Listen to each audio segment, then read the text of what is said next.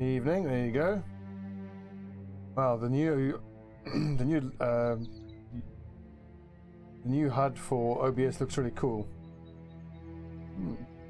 Test mic. Nice. Okay. Where, what, and yes, brain, words, clear, talking words.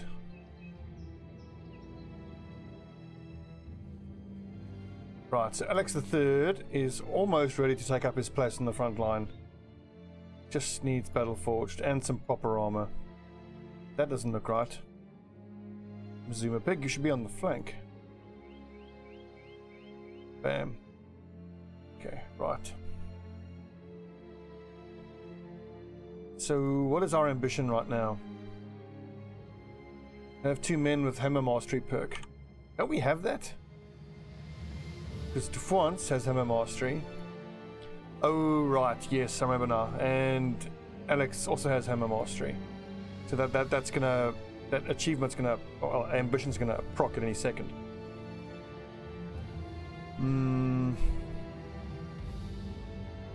So, what's up, Dwarf? I'm trying to remember why I was so dead set on going in here right now. Collapsed dwellings. I don't have an actual job active. I think I just wanted to clear out whatever was in here because I think maybe we had a hot tip that there might have been some legendary loot to be had in there.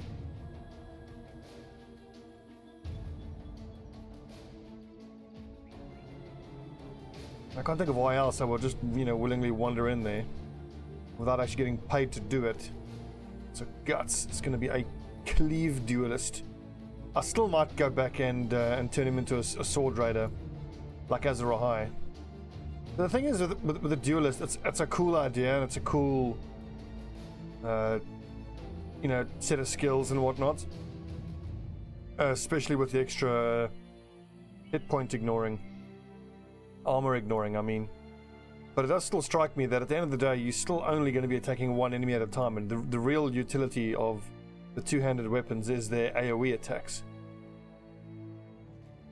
But anyway, I think let's give him a try. Let's see what it works out like.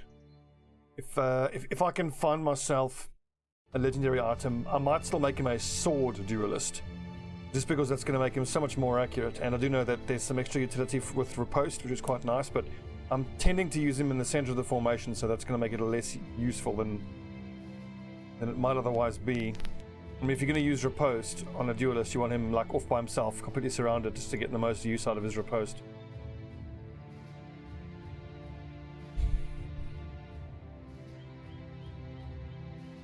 Right.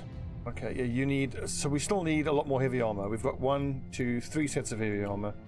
We need 2, 3, 4 more sets of heavy armor.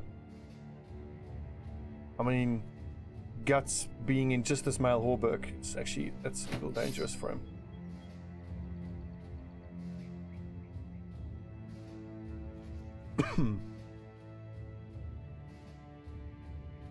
We've got Ronan, we've got Jon Snow, we've got Arnar, who's essentially just a backup. Bacchus is so pissed. Failed to teach Guts anything, felt useless in reserve. He could up and leave at any second. Let's just jump in here and see what we're up against. I got a biscuit. Greenskins, 14 of them. I hope it's just Orc Young, because if it's Orc Warriors, that could be quite hard.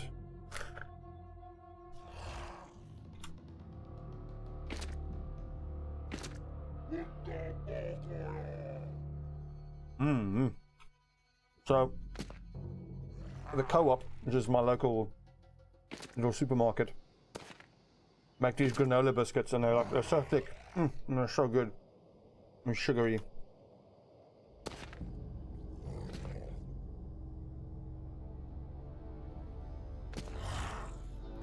Yeah, it's all young.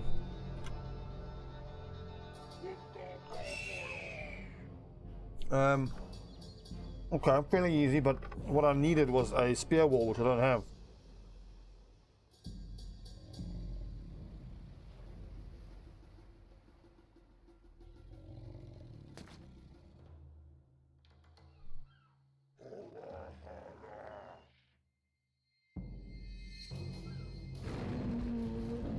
want to move into them, which I know is a risk, but I'm pretty sure we'll be able to act before they can act on their next turn. So my two-handed users can get their attack off and then go to their shield. But more than that, it's really the fact that when it's just Orc Young like this, I want to close into melee range quick as I can, just to give them less opportunities to use that charge stunning bullshit.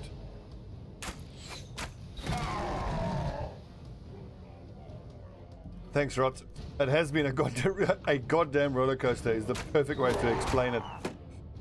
There's been so many ups and downs. It's been absolutely bonkers. I think it's been a great season. I've really enjoyed it. I'm so glad we never gave up. I feel like we could have actually have been almost pretty justified in you know, having started again when we got damn near squad wiped early on. Okay, my archers are gonna go 1, 2, 3, so I can go here 4. Oh shit, they'll get to attack first.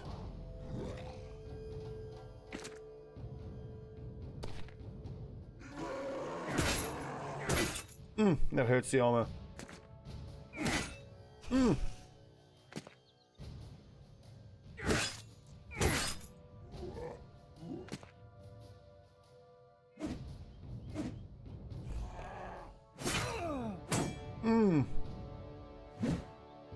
We're taking a lot of armor damage here, but I actually think this is preferable to the alternative, which would have been that they would have charged into us and started stun locking. So what's worse, the armor damage or getting stun locked? I think the stun lock would have been worse.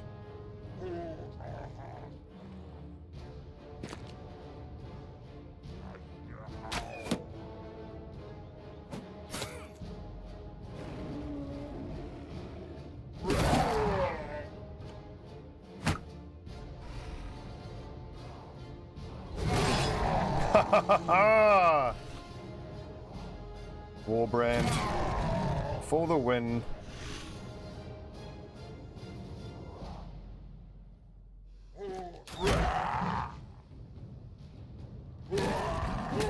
Oh, so close to killing. Rotate, thanks for the sub, my man. Oh, baby. Zuma Big with the many kills. What a badass. Oh, no quick hands for Derrigars. At least these nerds can be stunned. Guts, I want you to take your cleaver and decapitate. Now, make a big show of this. Aha! So look at that. I'm pretty sure the way that works, inflicting a fatality, I'm pretty sure more seriously affects the enemy's morale. I think. So there is incentive to use execute almost whenever you can. Okay, who's next? Okay, evening.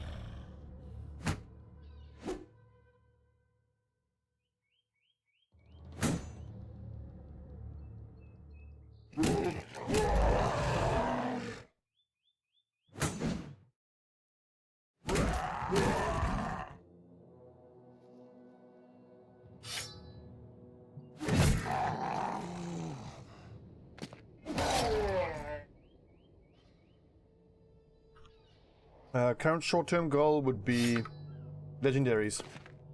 I want to start picking up legendary items and continue to level up the squad.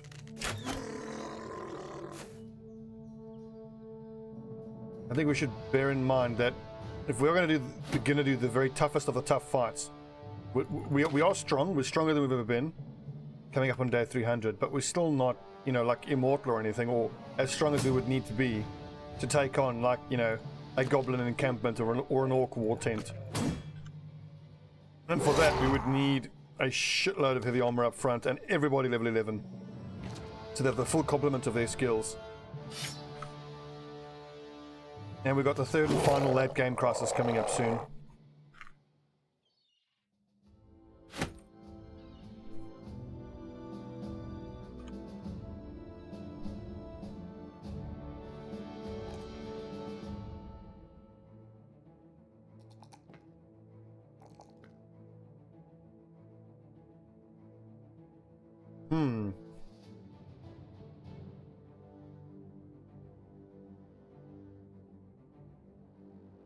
Nice.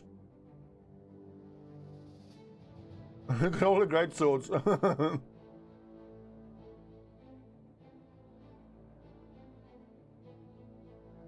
Isn't it just typical that once you have money, it helps you make more money?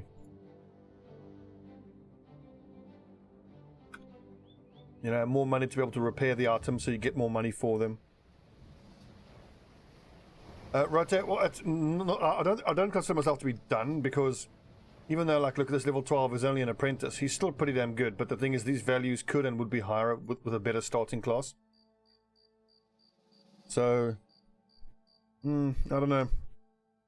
Like, I don't even need Arnar, the Sword Rider, level 5. We've got 3 other Sword Riders who are pretty damn awesome.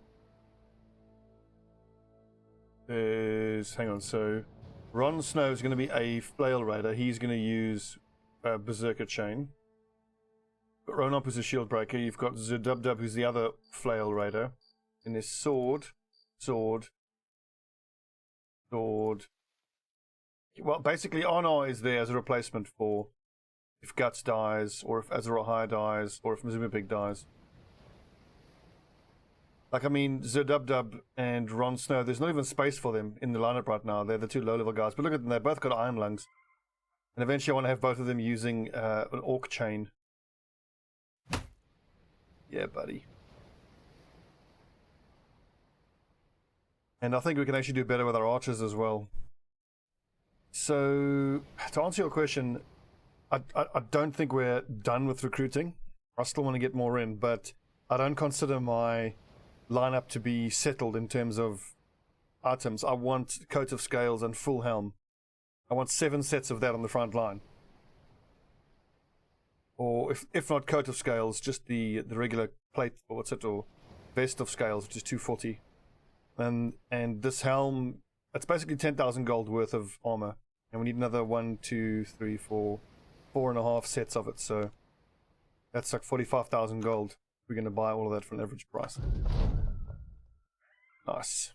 The men gather round to watch Dufuan's Hammer Raider's prowess as he practices his strokes against a pine tree. Crack, crack, crack. Behold the hammerhead. You could practically punch right through any helmet and have a good look what's inside that skull bowl. He swings once more and the tree trunk splits in the middle, with the upper half falling directly into the camp. Hold Bear Charger Reserve scrambles up to his seat, spitting soup all over himself to avoid being crushed. Here I thought there was nothing new to see in the world, but I've never killed a man with a falling tree before. Ryder shouts laughingly. Anticipate that you will fare well next time you come up against heavily armored enemies. Armor? What armor?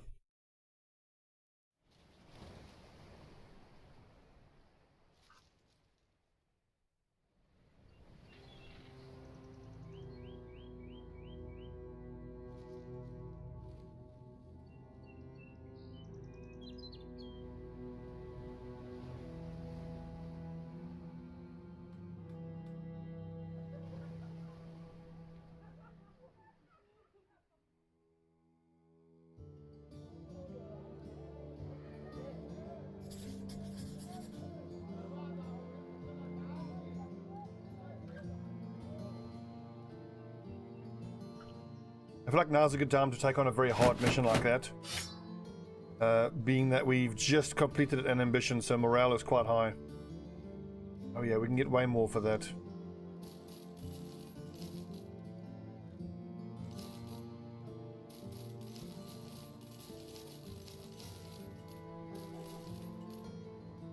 Do I even need the hand axes? I don't think so.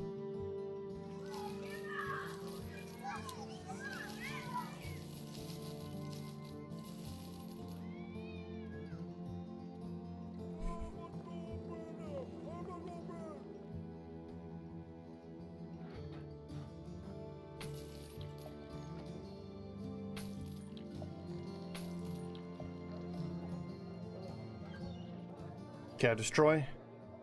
Nazatux, that's going to be super hard, so we're probably going to have to end up pulling another group in there to help us.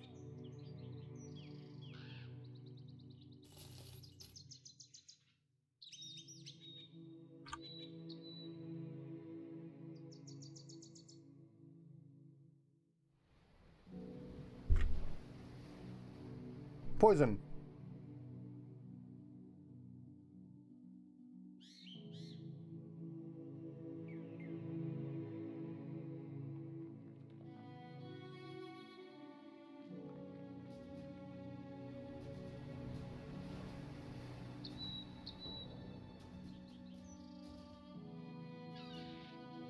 I mean, this is goblins, but we're still got to be careful. I mean, our guys up front who are just wearing these male hauberks can actually get quite hurt by these little goblins.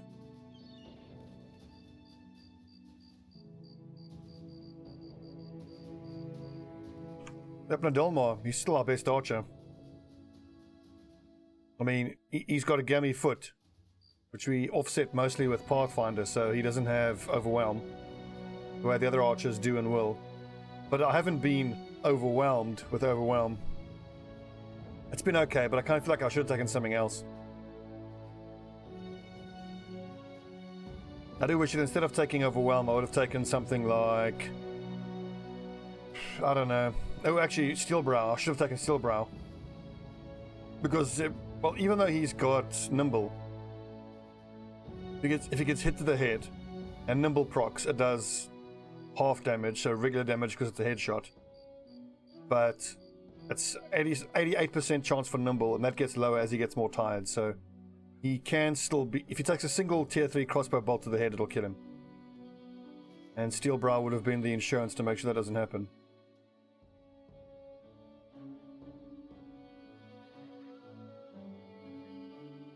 I still feel like fast adaptation was so important in the early game, but I feel like I don't need it now, but...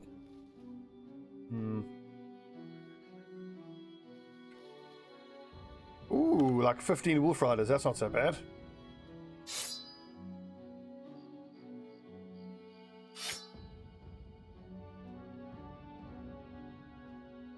All the nets. I'm sure we had more nets.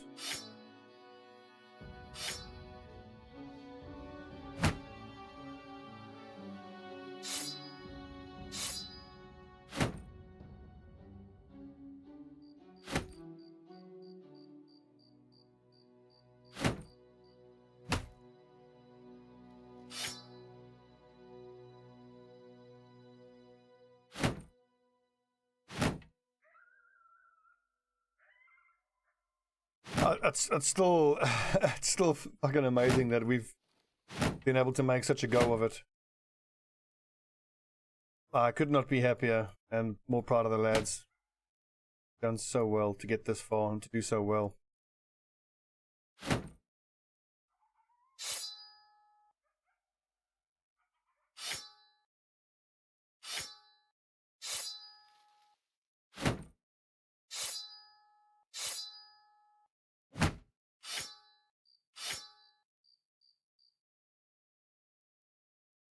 My thinking here is that with Goblin Wolf Riders, for the first few rounds, we're just going to be using Shield Wall and Riposte. So all of their usual weapons are just going to, take a little backseat for the moment. I still might want to have Mazuma Pig and Dufance whip out the old Warhammer or big old Cleaver if necessary, but it's unlikely. Next Hammer Raider, let's give you Pike instead. You're not going to be dealing with any shields. And then the archers have throwing axes because the Wolf Rider's closing on you immediately. And this is a way to be able to, just throw axes at them and do some damage. Whereas if they have war bows... Well, let's start with the war bows. Because the alternative, like if you start with a war bow against the Wolf Riders, you're unlikely to hit. Why don't we... Okay, I'll tell you what. Let's do some things a little bit different here. Let's leave out the high-level archers. Because they, max leveled anyway. We'll just take Corey because he's still into level 11. He's very close. And he can start with his war bow out. Because, of course, he has Bankshire.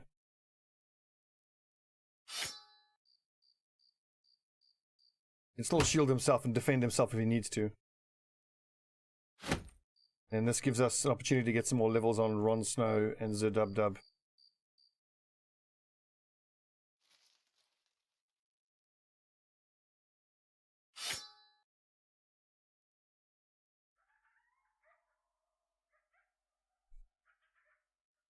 Yes, Rotte, very kind.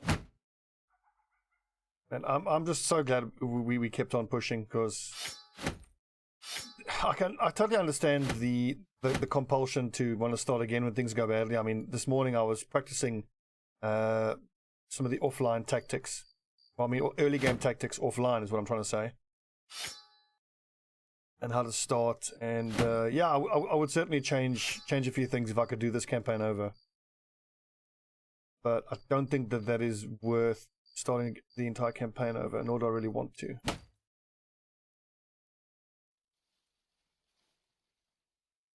For Nazatuks, a defensible outpost, I would have thought it'd be more than that. Yeah. I say quote unquote just 15, Wolf Riders. It's a lot, but Wolf Riders aren't that bad if you have the right equipment against them. And yes, there's 15 of the fuckers, but you're not going to be it's very rarely that you're fighting their full force at once, because they do this. Like a half or a third of them actually hit your lines, and then the rest move around and surround you, which gives you a few turns to kill these nerds.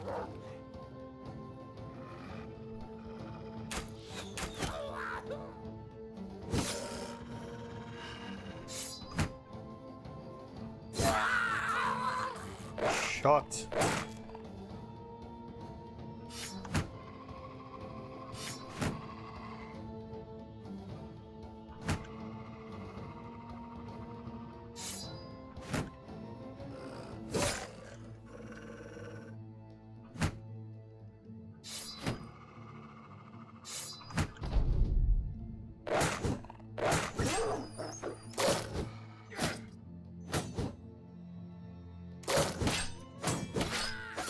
Also remember, a couple of these guys are actually sword raiders. I'm looking at Mazuma Pig especially.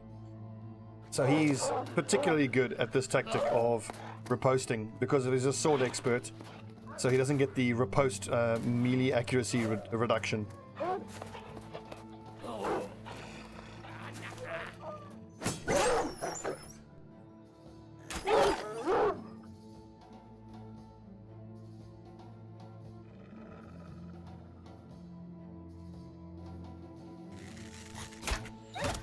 Shot.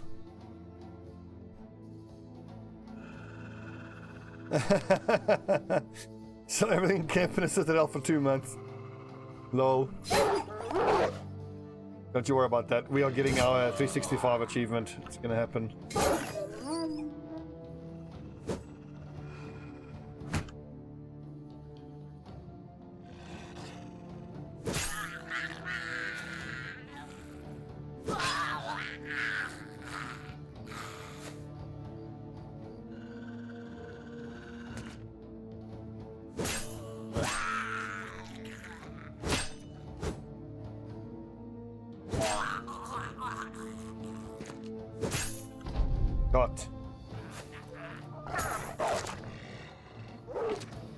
We're actually approaching day 300 right there, but this is by some distance the furthest I've ever gone in any campaign ever. I think my previous best was 180 something. I've smashed my personal best.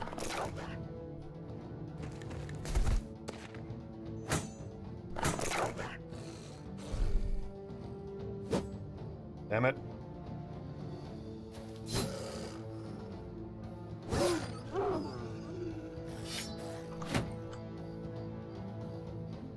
Crazy how agile these things are, like this one used footwork, moved, and still attacked twice. Bullshit is what it is.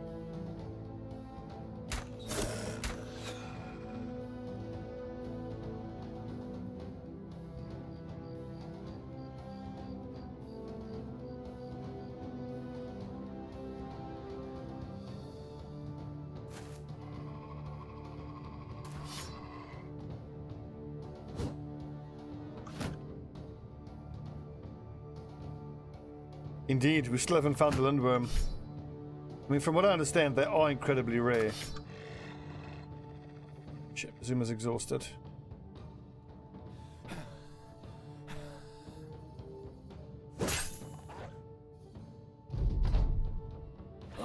I should actually have not been carrying that great sword and the warhammer. It's just wasting fatigue. Although on this turn, I think Mizuma Pig is probably better off going to his great sword and swinging in a big arc here. At a certain point, you're better off not riposting and just attacking directly.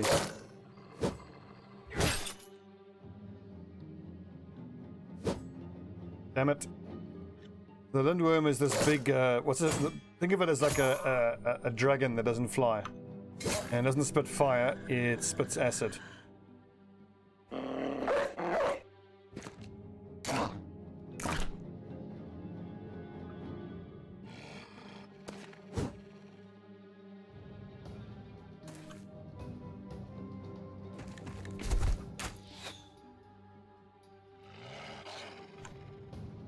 Okay, Mizuma, I need a big kill here. Which you gave to us.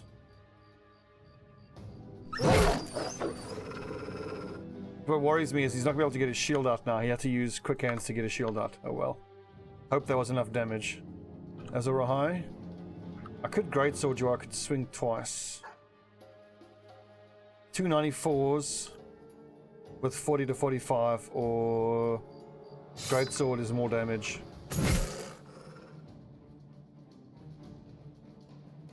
There he goes. Decapitates.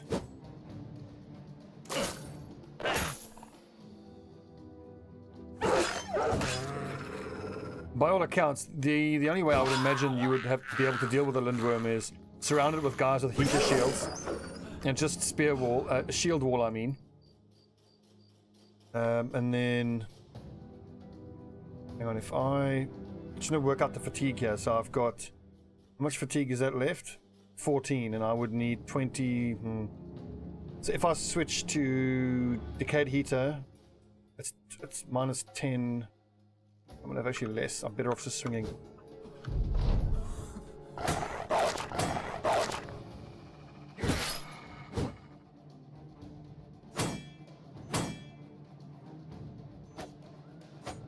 Good dodging.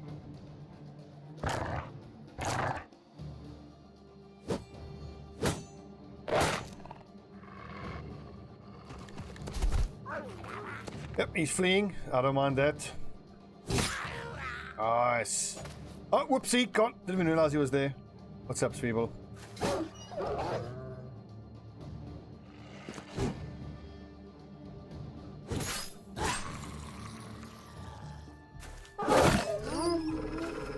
Fucking get him.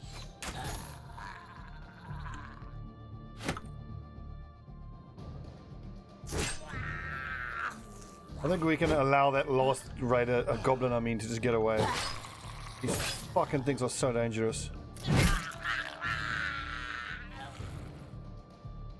I don't want to release the dogs because the doggies will just get killed most likely. I don't want that. I love the sounds they make. It. Is that all we get for cleaning out like a big goblin city, really? Well, it's not even it's a small goblin city. Children, okay, time to collect our pay.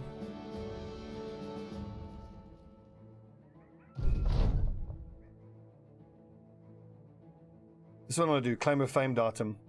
Besting orcs in battle. Yes, please. And then after that, we can take the become allied with a noble house. That's going to get us one of the 5 more sets of super heavy armor that we want to get. For me, super heavy is anything above 240.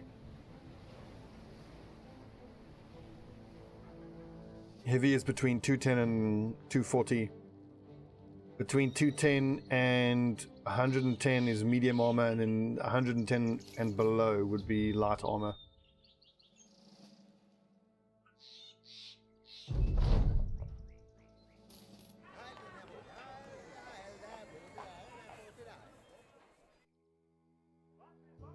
Indeed, Rotter, but you saw how easy it was to defeat those goblins. I mean, sure, we weren't fighting any of the little ones with the arrows, But the thing is, like, once you start to get Male Horberk and Battle Forged, the little bow and arrow goblins are going to struggle to actually do enough hit point damage to be able to poison you. They need to do 6 hit point damage to poison you. Dufon's level 14. Absolute monster. I'm happy with his accuracy. I'm just going to start buffing his defense. And his fatigue, every level, of course. His fatigue is always the bottleneck. Snake is a mace specialist. He gets that. Azor Ahai is a sword raider. Love it. Cleave duelist.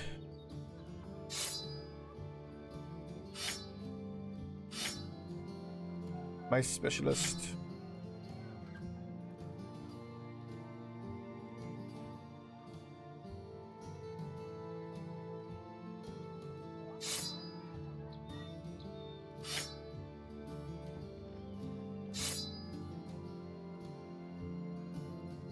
Daggers. Daggers.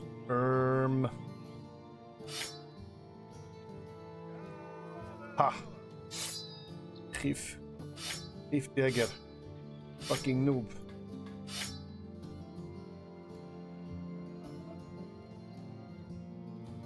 Oh yeah, going for a soft cap like that would have made the game so fucking hard.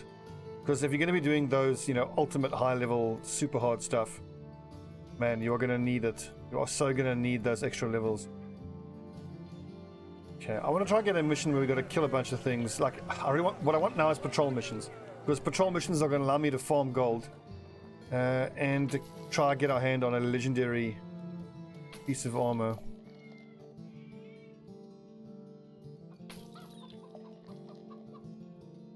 Refuge of the Outcast. So, off to the west, they say. But they didn't say anything about a legendary. A Refuge of the Outcast, there it is.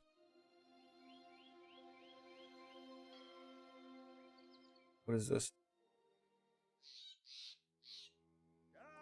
1240 to fight raiders, a lockbox, yeah, fine.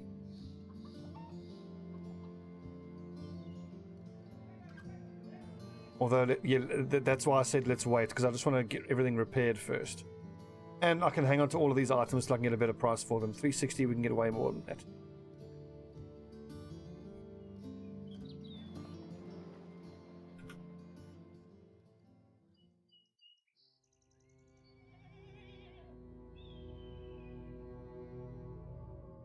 What's up, Mark? Just means it repairing a lot slower.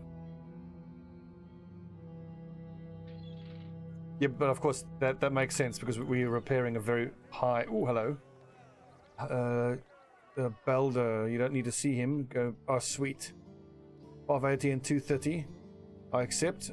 Using time to think. I first of all want to go get this lockbox back. Then we'll do that emissary mission. And the emissary mission should give us a chance to go shopping for some nice heavy armor. Which we can actually give to Guts. Whoa, 20 of them.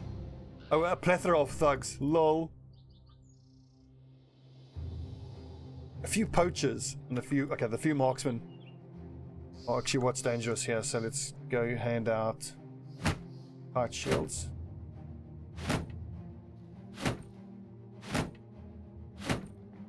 And this is more like a training mission, so flail specialist, flail raider, Ori. Oh sweet, what's up, Mike? Let me know. Because I'm actually on a quest now to get legendaries.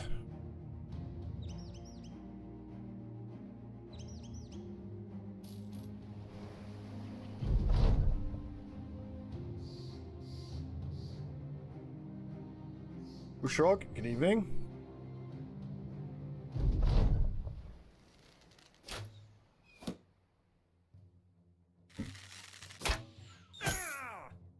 Ouchie.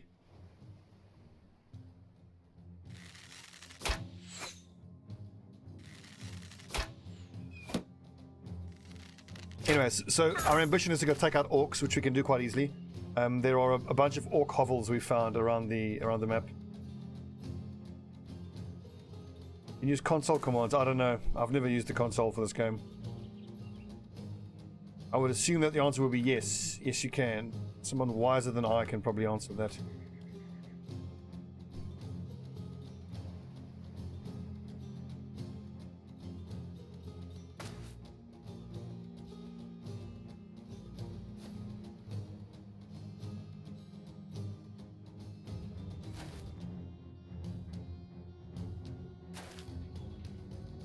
Get them, boys. Just run at them. Get these fucks.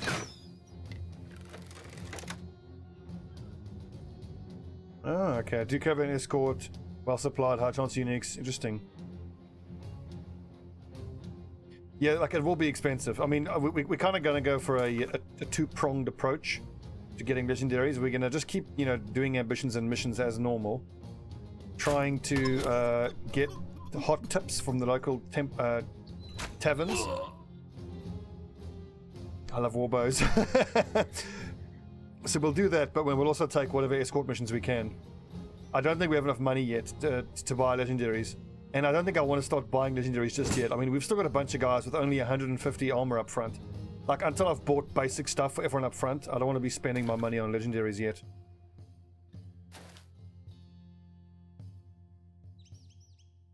You're right, it's fucking satisfying. But like for the last, for the last 280 days, we've just been suffering against marksmen. Now it's so satisfying to get some payback. They are still dangerous though, especially the crossbowmen.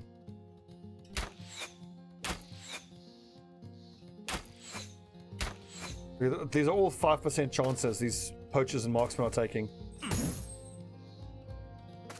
Yes, right. That and the war crossbow, I think it's called.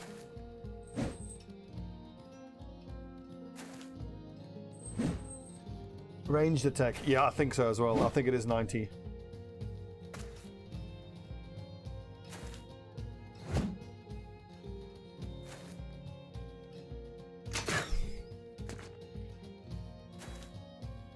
Oh, that's lucky that stunned and stunned Darigas. He's gonna go for a big sweep there and hopefully kill some mofos.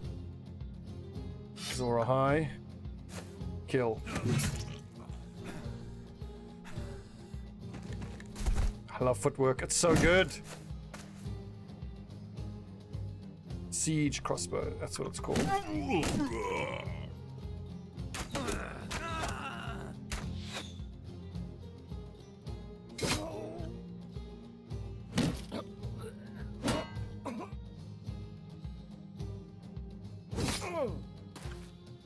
Yeah, this is just a slaughter, but fuck them. Brigand thugs. Motherfuckers.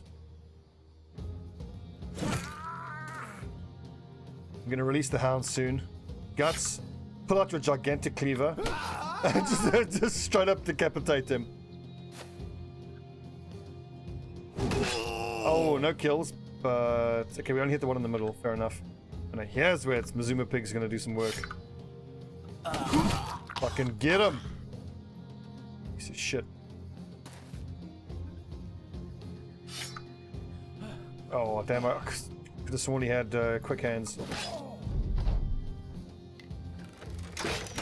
Still no masterwork event bow. We've had our bowyer for crikey, I don't know how long now, like 180 days, and still no masterwork bow event. This is him. He's level 10. Still no event. I hope it's gonna proc at some point.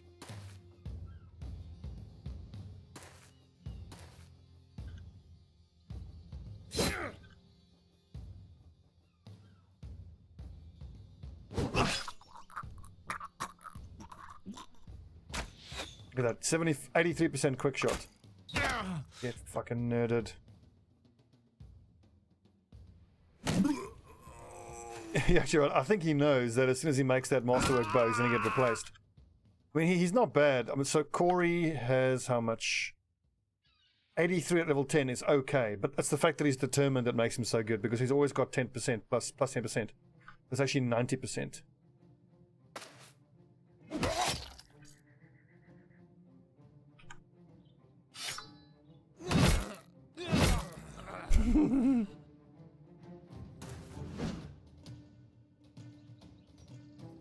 Feels like I'm committing a war crime here. Fuck these guys. You want to turn to a life of banditry? This is what happens.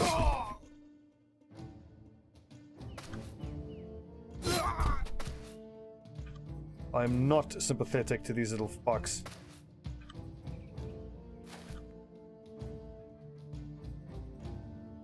Oh my... Yeah, you gotta have that timber, bro.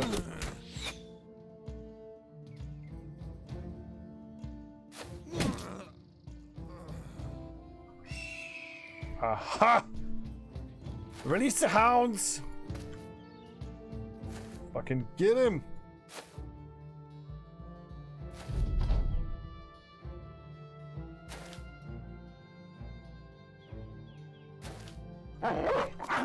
Get him, Earl.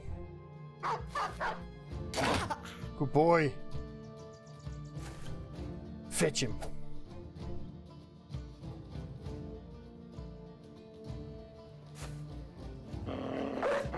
Get him, Varg.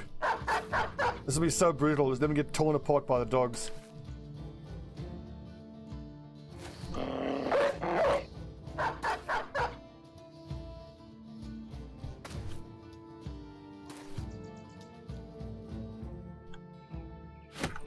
Well, I mean, I really want a huge set of armor, and we're just approaching the 10k mark now.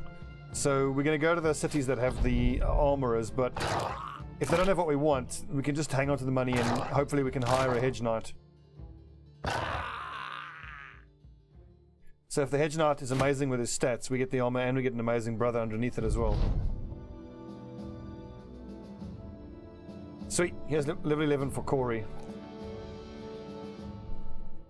So that means he's 80 ranged skill. Oh, okay, so he'll have 88 at most when he's confident. That's okay. Pretty good. So I think I certainly want Killing Frenzy. It's either Killing Frenzy or Steel Brow.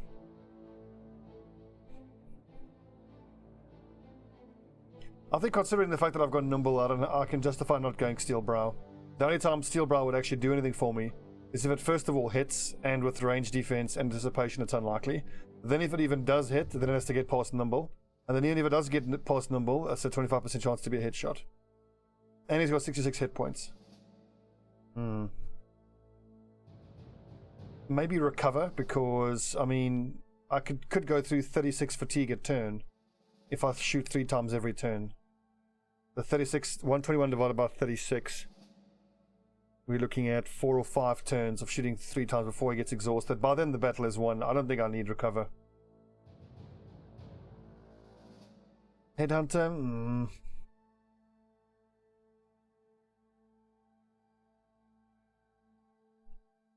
I do like Overwhelm. I mean, I kind of said to myself I was going to try Overwhelm this playthrough. I think I'm going to stick to it. My thinking is when I'm fighting the really big bads, like the Orc Warlords, as long as I can act before the Warlord, even if I can't hit it or can't kill it, at least I can get stacks of Overwhelm. If I take it twice, that's minus 20% to the Orc Warlord's melee skill and melee defense, making him easier to hit for everybody else. Same thing on Malekith, so like 4 shots can, you can lower his melee attack by 40%. Dub, the Flail Raider +2. That 2 is tempting, but I don't think I want to turn that down. This is nice. I don't need to take Colossus, so we've got that, and that. He's almost ready to take his space up on the front line. He is going to need Underdog if he's going to be a Flail Raider. I think once I've given him Underdog, Battle Forged, and Flail Expert, then he can start, taking a frontline role. Overwhelm does stack indeed, yes. It only lasts 1 turn though.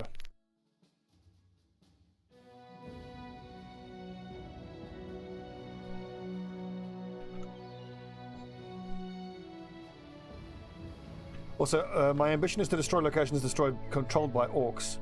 And look at all these orc locations, and these 2 here are pretty... That's a big one. That one's fairly small. I'm pretty sure, like, I left here, that's a very small one.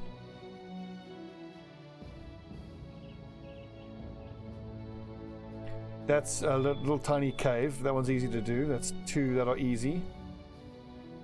And then 3 and 4 are quite big ones. But the nice thing is we are not going to struggle to do this ambition.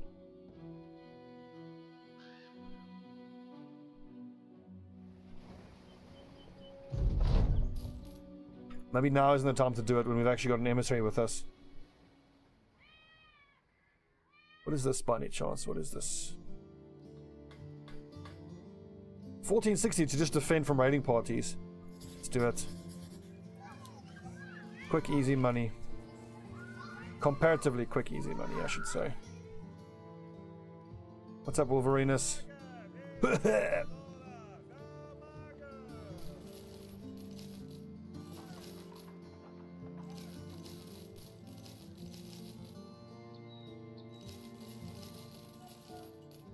How many? I've got the one. How many swords do we have? We're never going to need more than 7. I've already got the one noble sword in an inventory. So we can keep 6 noble swords. 1, 2, 3, 4, 5, 6. All this is shite armor at this point. Stack up on some medical supplies.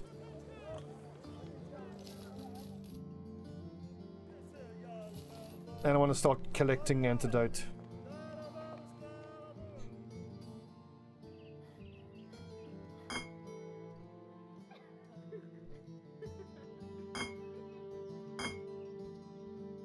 The antidote and the poison is going to be quite useful once we start taking on the very biggest fights.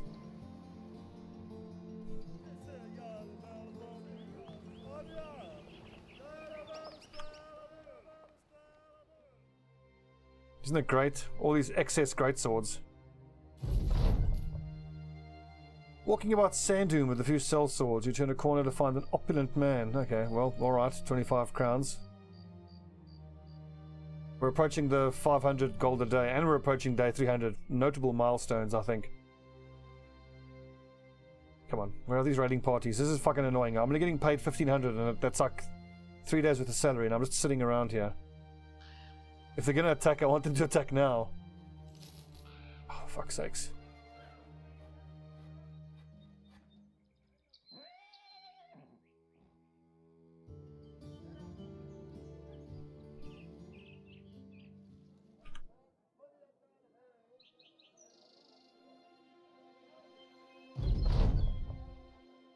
Okay, so it's greenskins.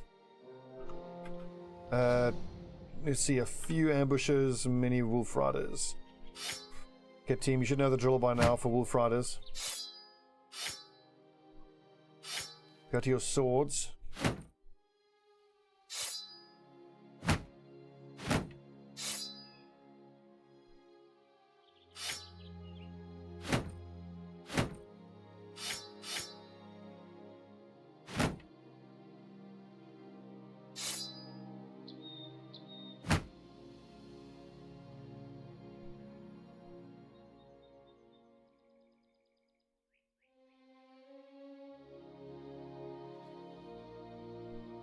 Except for you, Snake, or who's the other mace specialist? 84. Yeah, you can use a winged mace. But then do I really want to? Because if he doesn't use a sword and riposte, then whoever enemy is in contact with him will just ignore the other two who are riposting and attack him. We'll all go with swords.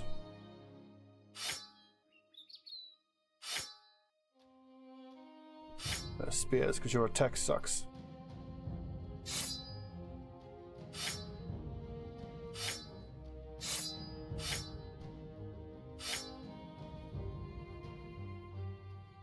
And do I need my archers at all? I don't think I do, actually. The archers can sit this one out. Actually, no, I can't do that because then the... what are they called again? The little wolfies won't actually charge us. They'll just sit back and be irritating dickheads all the time. That's just to force them to come to us. But is it dark yet? It's only dusk. I can take all my archers in that case. I'm just thinking I don't want a repeat of some of those earlier fights where the wolves just sit back and don't attack.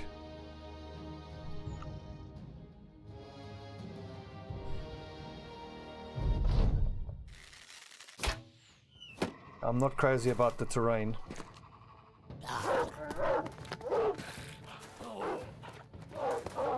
Nor am I crazy about the fact that we're starting in height disadvantage. Fuck's sake.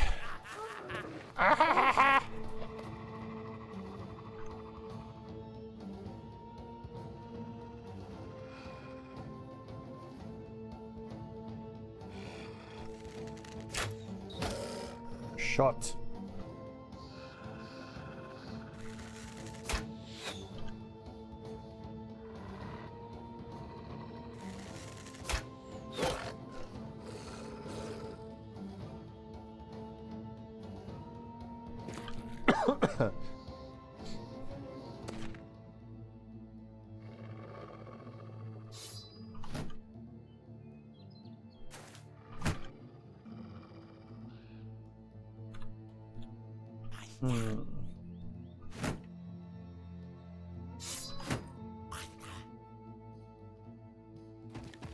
Yet another reason I prefer footwork. Shimazuma, yeah, your fatigue kind of sucks. But don't riposte. Hang on to your fatigue.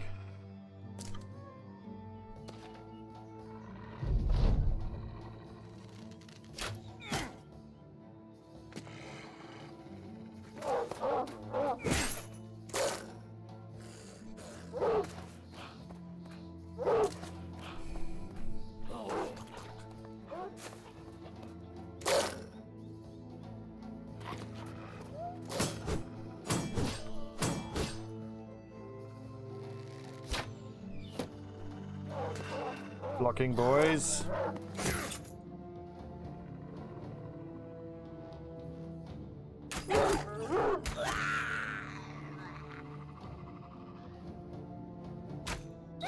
Shot. Pierced hand. Perfect.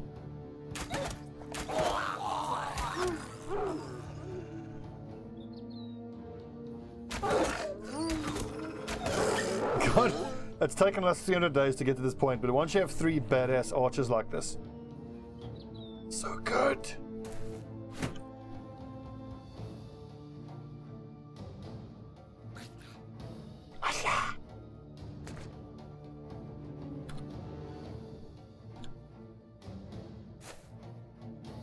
Trying to cover all the angles. These fuckers running in.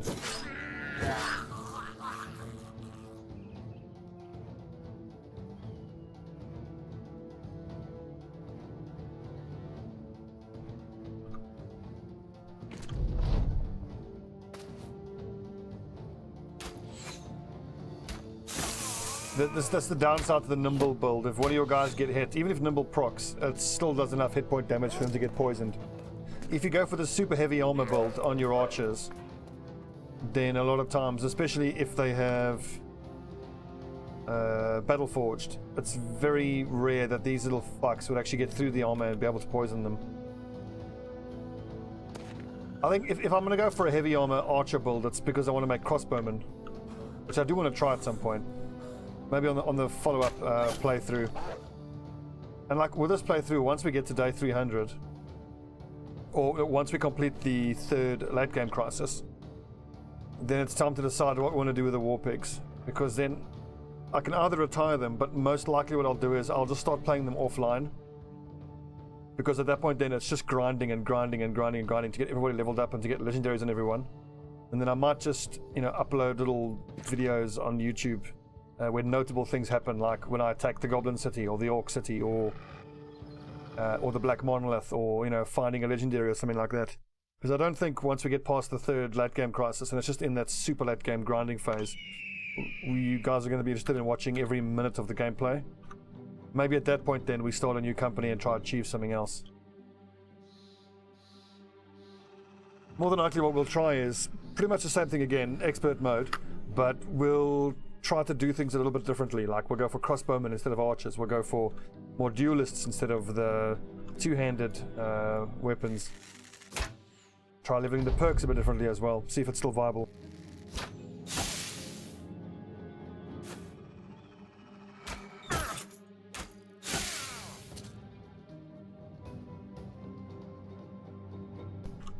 These little archers are really getting on my tits now. Like, annoying Corey as well. Release the hounds. We have to charge them now, unfortunately. I don't want to sit here and exchange with their archers. Their archers are too good.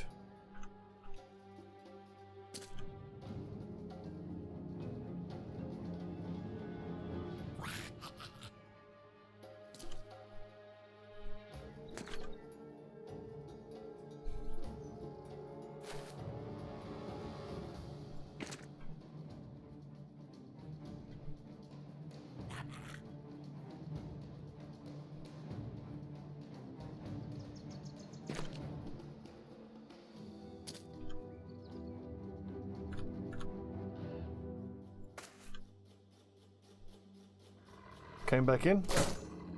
I could have sworn those other ones up there would have come back in and attacked us. Just covering my flanks as I advance.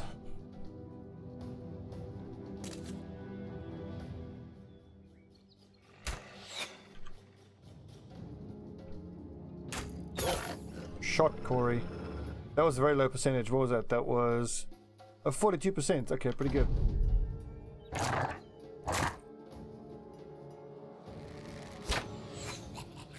God, that missed. Oi! Yeah, they haven't fled yet. They're still coming for us, but at least now they've given up the high ground here.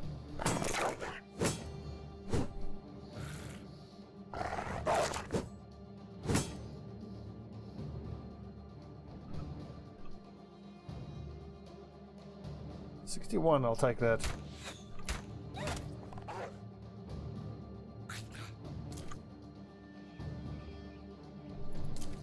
Azora high. So as tempting as it is to greatsword this nerd, I don't want to drop my shield because if you can just dagger stab twice and kill me. That's no bueno.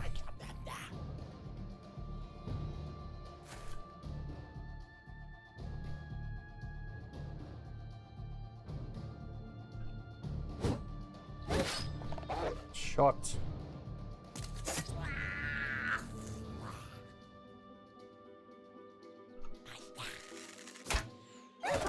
Nice, good job, Malicus. And follows up with a 39% quick shot.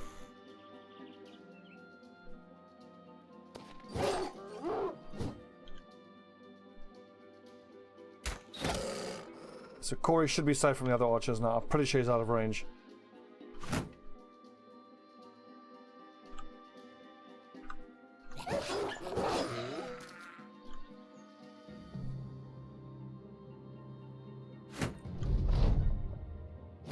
They must be looking to flee now, surely.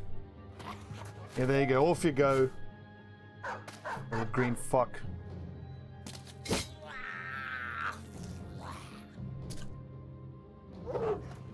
Coward!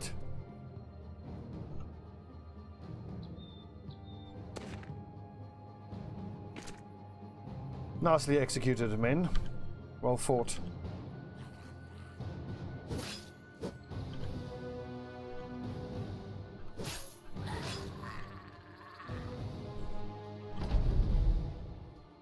It's a comparatively easy 1500 gold.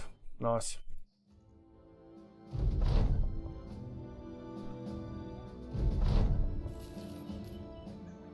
Woo! Now we're making cash.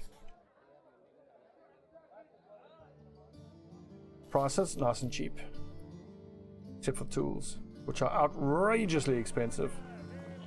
385. I think we can still do better than that.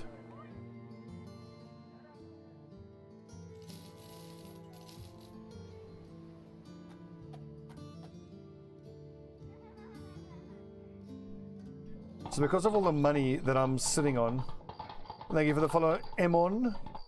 Welcome to Camelot. 'Tis a silly place. We can go stop into those armories and buy some more fancy armor, or hire a hedge knight. The problem with hiring a hedge knight is I'm gonna have to fire someone who's currently in the lineup, and there's even 3 extras. And I've got to train him up from level 1. I'm not really that keen to hire a hedge knight, honestly. That makes sense, but at the same time, it's like. So Yuri, I got that much inventory space. Look, it's at 126. I had a caravan hand. Here we go, refrint. a caravan hand gives you an event where you get 9 extra or 15 extra slots in your inventory, and then there's an ambition to save up. I think it's 7,500 gold. There is, yeah. We've still got a peddler and a historian and a monk. Those are full-time reserves. If you look at someone like Vector, he's been around for 175 days and has only been in 4 battles. Bacausis, 182 days, only taken part in 6 battles. And Hold, 77 days, 3 battles. Look, I've got Ronomp, who's a dedicated level 11 shield breaker. He's fucking amazing. Although in retrospect, and what has been backed up by my offline experimentation earlier today, when I start the game early, I don't actually need to make a dedicated shield breaker. I can just make him a pikeman, which is almost exactly the same, except instead of taking Axe Mastery, I take Polar Mastery, and instead of Adrenaline, I take Brawny, which puts them in, heavier armor. And the reason for that is really what I tend to use them for is for shield breaking. And so their job is to break shields, and with the long axe, even without Axe Mastery, you can still break a round shield in a single swing, unless the target has Shield Mastery, Shield Expert, in which case the Axe Mastery perk isn't really helping that much anyway. The problem with Ronomp now is he's level 11, he's a badass, but the main two-handed weapon I want him to be using is the War Scythe. But he's not a Polar Master, he's an Axe Master, so I'm more incentivized to use the long axe.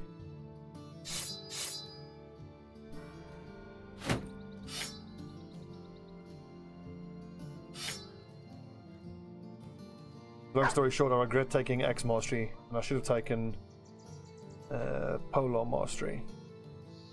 You've Reap, +5 chance to hit.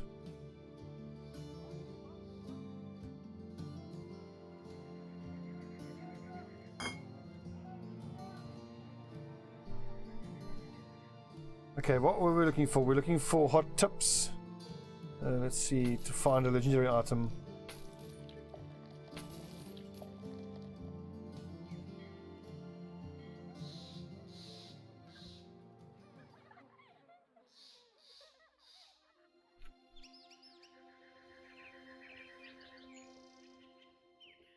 Look at all that money.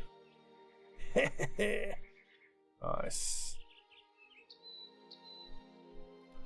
Days, no, not little stress game.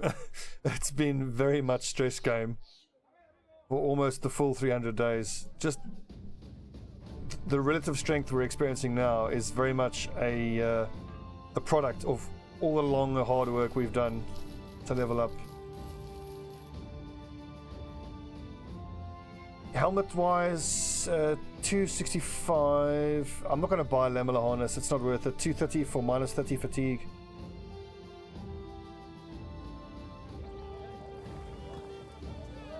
Yeah, well, Mike, for me, like the weapon masteries, the main way I look at them is it's extra fatigue. I mean, you wouldn't hesitate to take Brawny, which gives you, let's say 12 fatigue, but the difference between it's most keenly felt on something like Mace Mastery.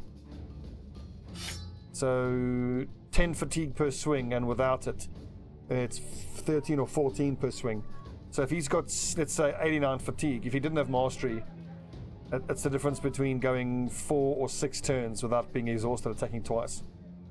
So for me, it's the 25% less fatigue that is the main reason, and it's for your skills as well. So knockout costs less fatigue. All the secondary effects, well, with the exception of Mace Mastery, being able to guaranteed stun if you hit is the best one out of all of them. Thresh gains +5 chance to hit, which is, fine. Wait a second, Thresh is the two-handed skill, isn't it? Yeah. So it's only -10% chance to hit.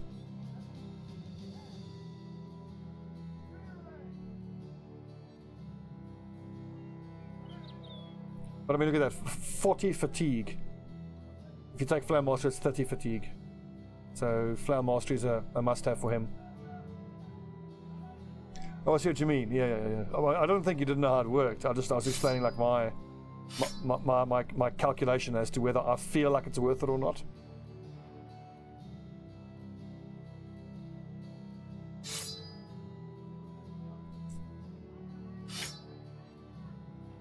All very subjective, of course.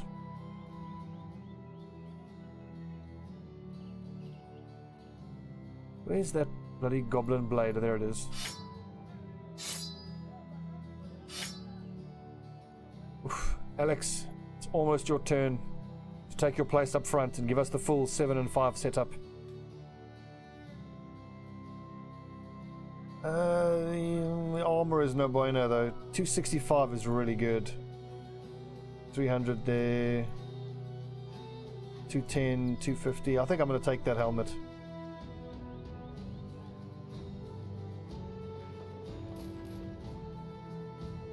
Who's got the fatigue for it? 89. There's plenty of fatigue there. There's plenty here as well for guts.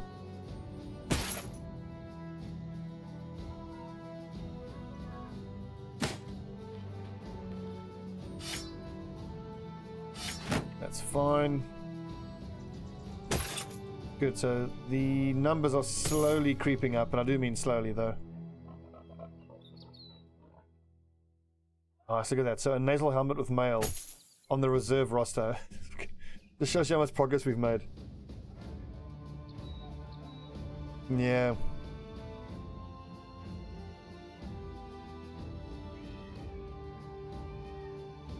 I said you mean like you get blunt weapon mastery. That would sound and feel good.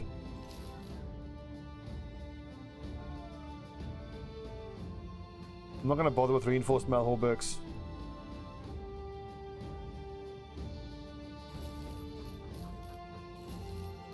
One, two, three, four, five. Good, so that's full tools and supplies, full ammunition, full medical supplies.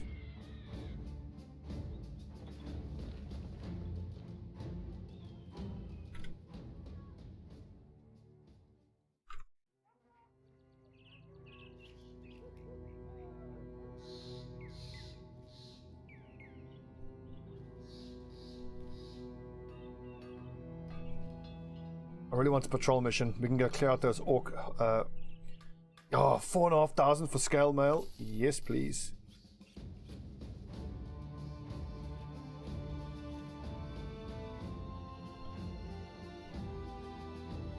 Weapon wise, look at how cheap it is here now.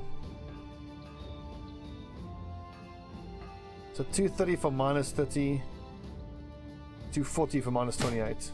That's what makes scale armor so good.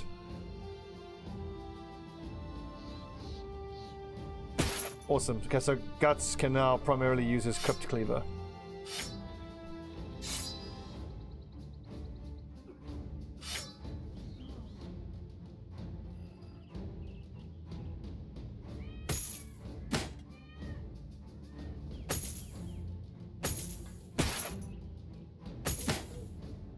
Pretty cool. The envoy missions, you just got to get them there safely. Like, I mean, in my experience, any fights that you take or fights that you choose to take. As the week, alright. Fucking work sucks. And I'm starting to get my first taste of dealing with South African bureaucracy because I'm in the process of getting my Ducati imported back to South Africa. So, for that you need an import permit, but for the import permit you need a letter of authority from the National Regulatory Commission for Standards in South Africa, and for that you need a certificate of compliance with the local regulations, which you have to get that from the vehicle manufacturer. It's all just such a pain in the ass. Why are these fucks chasing us? Do they not realize we can annihilate them? Fine, if they really want to come at us.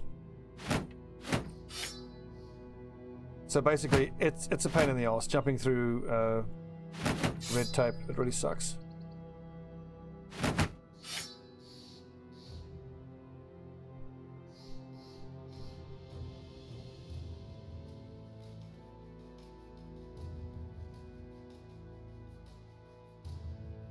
Anyway, it's all going to be worth it once I'm back in South Africa enjoying the weather on my bike. Oh, it's going to be so good. Look forward to going for a bike ride with my dad, who's got a couple of very nice Harley Davidsons. Okay, Baldo, go hide bravely in that bush and watch us go to work.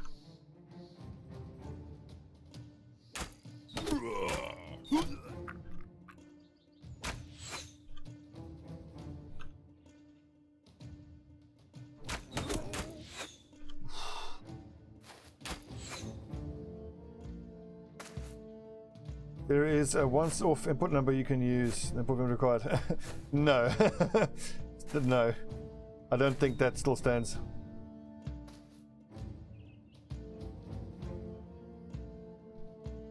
Well, the thing is, if I would have to kill myself to use that import number, I don't think it's quite that, you know, it's a bit counterproductive, but I appreciate the thought, Mike. I mean, I suppose you're totally correct. I would be able to import. The only downside is I would have to slightly kill myself. Yeah, he's got a 1998 Softail Heritage Springer. It's beautiful. And then he's got a bike that I'm very looking forward to inheriting. He's got I think it's a 2015 XR 1200 with Screaming Eagle pipes and some drag kits. And oh, it's fucking god, that bike's amazing. I can't wait to get my hands on it. It's still a Harley, so it doesn't handle nearly as nicely as my Duke does, but it's a very, very cool bike. And my dad's been a biker his whole life. He's used to drag race motorcycles. He holds a couple of land speed records in South Africa for drag racing. There's all these cool pictures of him drag racing bikes in the 70s and 60s. One picture in particular I'll never forget. There's a picture of a drag bike that they custom built, him and my uncle. It's a custom built frame, and then what they did was they took two Norton Commandos and welded the engines together side by side, and then got it running on, I think it was ethanol. And then this thing was just fucking ridiculous. And literally it was like what they call a hand grenade bike. It's the engine was so much in the red line it would only run for like a couple of runs down the drag track before exploding. Back in the day. Get fucking wrecked.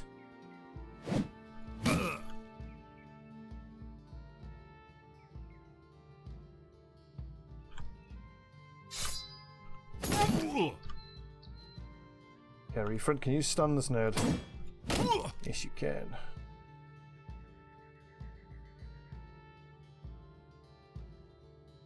Guts, I don't want you to go to height disadvantage, but it's only a scrum of sacks. It's not that bad against armor. Let's see if you can decapitate this guy and make an example of him. Watch the fatigue, or the morale, I mean, if it works. Okay, two of them proc there for morale. Zuma pig. Good stabbing. That reminds me, a dagger master. I wish I had a dagger master.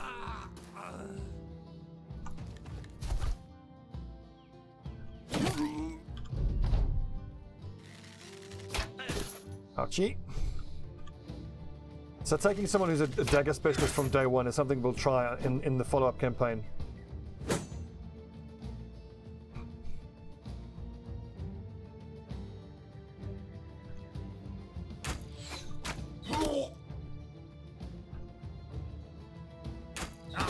Oh. Spitz, good evening.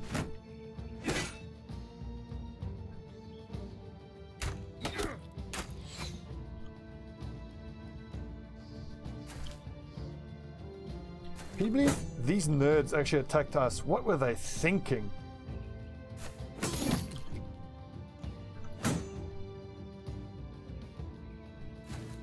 Yes, you better run.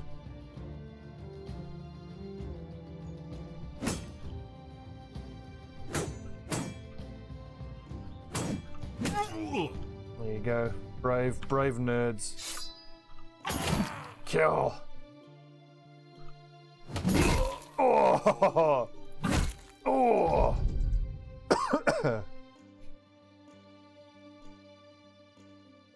I'll ask Mike, but the thing is, like, I mean, I've already contacted the NRCS for letter of authority, and well, that sounds to me like a loophole. And even if it is one that you can use, I just don't want to take the chance.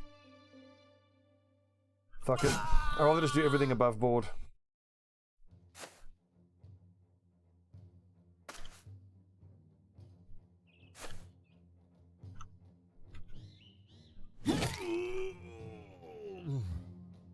Oh, this is so satisfying. Kill! Thank you, Spitz.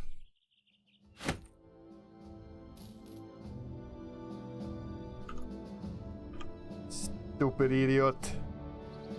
No level ups. Do I need any of these items? Not really. I can maybe hang on to one of those arming swords.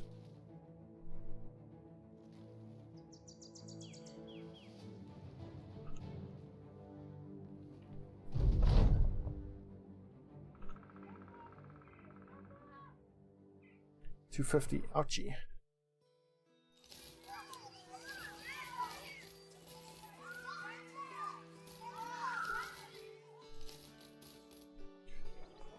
$7. I'm gonna keep that. Do I need the daggers? I don't think so. Just make sure everyone has their own personal dagger. Except for the archers who don't need them.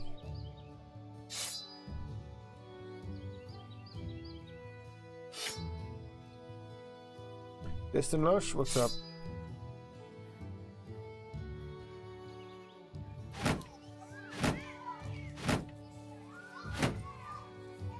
I saw that Hans was streaming earlier tonight. He started a new campaign. I wanted to watch him, but his taste in music makes me want to fucking jump out a window. I can't listen. I can't watch his stream, and it's just this constant thumping music, and you can't hear the game volume. It's a pity. I really wish he would make a YouTube series. I'd love to watch him from day one. Just watch him smash and see what he does differently to what I do.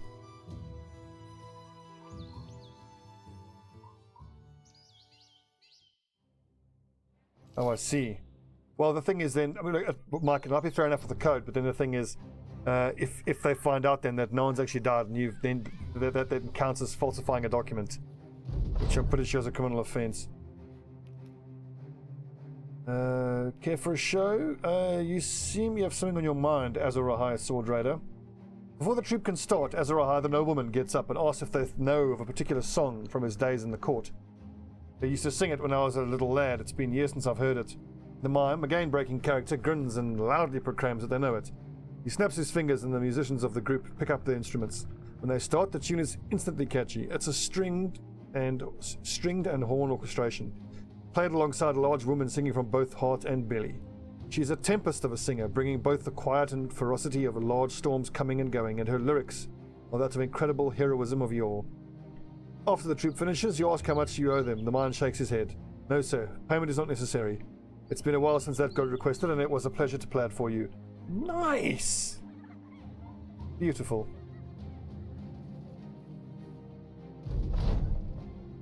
The import tariff for human body is non-bovine meat, not for human consumption.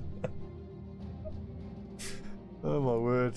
Took you so long. I'm just trying to imagine like the way to get my bike imported is just claim that I've died and I'm importing my own corpse. Non-bovine. Jesus, dude. I've put on a few kilograms over the last couple of months, but that's not fucking necessary. Having to declare that I'm non-bovine.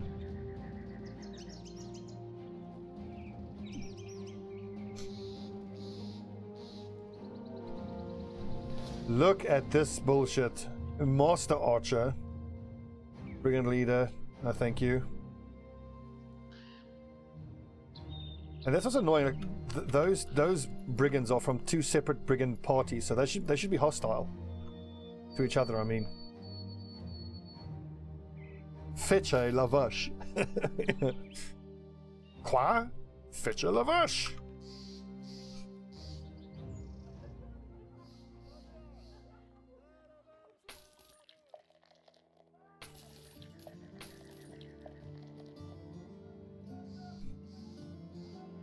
Yeah, it looks like the great brigand unionization finally happened.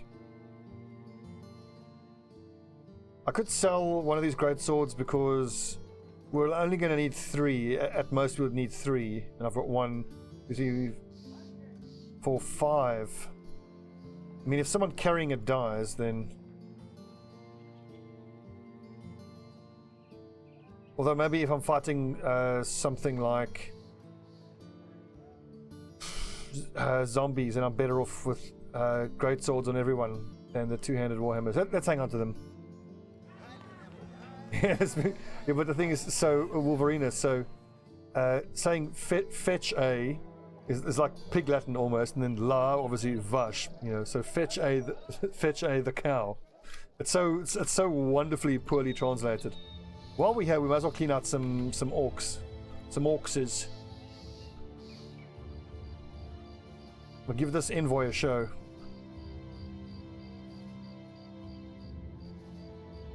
Whoa, that's a big group. It's 2 groups.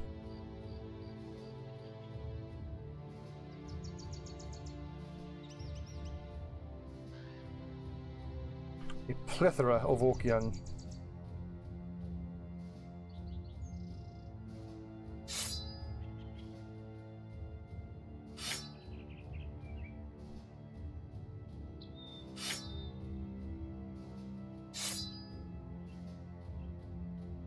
Yep, I think I've got enough food.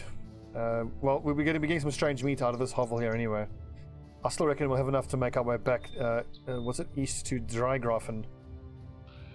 Do I need my archers to fight these little greenskin fucks, or can I get some levels on my flail raiders? Let's go half-half. We'll leave Dolmar, who is level 13. I certainly want Alex to be leveling. Level 5 flail, level 6 flail.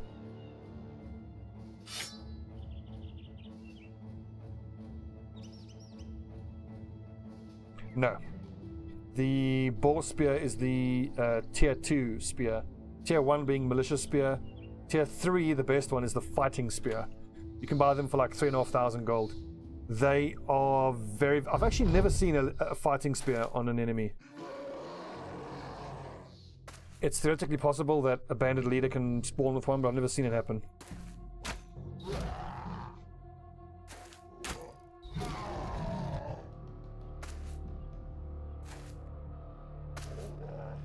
That is also another thing that I want to try on a separate playthrough. I want to go more into duelists, and I want to go for something like a spear duelist. Really interests me, because the spear is obviously so good for its extra to-hit chance. It's not awful against armor, it's okay against armor.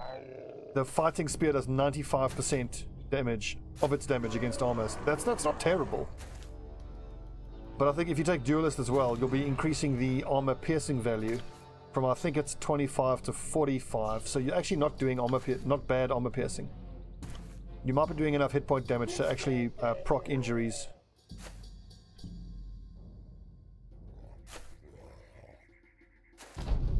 I do know that with that sort of setup, you would be able to put down a pretty incredible spear wall.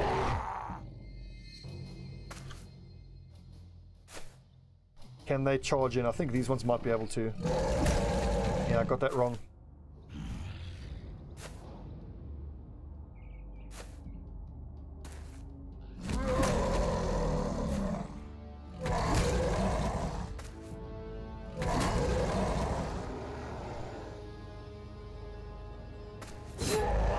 Shot.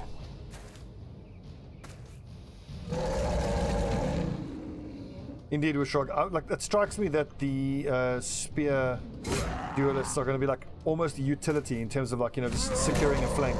But for me, I much prefer securing a flank with a two-handed weapon user, and you secure the flank in the sense that you're just absolutely fucking murdering anything that comes near the flank.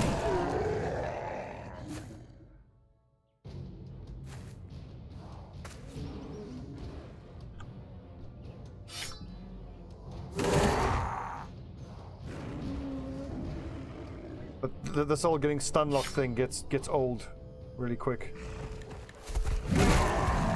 Yeah, didn't expect that. That's going to count against him though, because now they can all leap at him to stun him. Counter synergy there.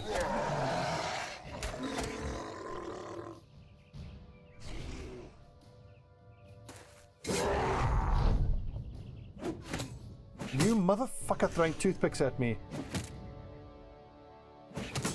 That was a 5% and he rolled a 1.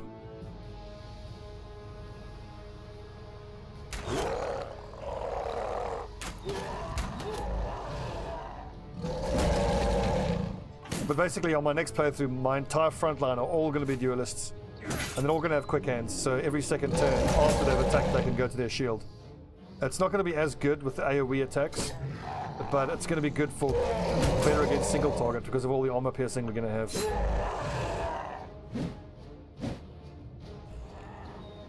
We're going to have cleaver duelists, sword duelists, mace duelists. Like a mace duelist is going to do a lot of armor piercing damage. I think it's already at 40% to start, so that'll go up to 60, which is like a lot.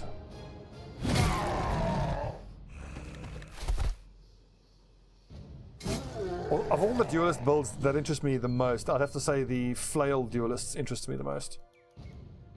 Just because even before you've gotten your hands on an orc flail, just with a regular flail, with the damage bonus from not having a shield and the armor piercing, you can do quite a lot of damage, especially like comparatively early on.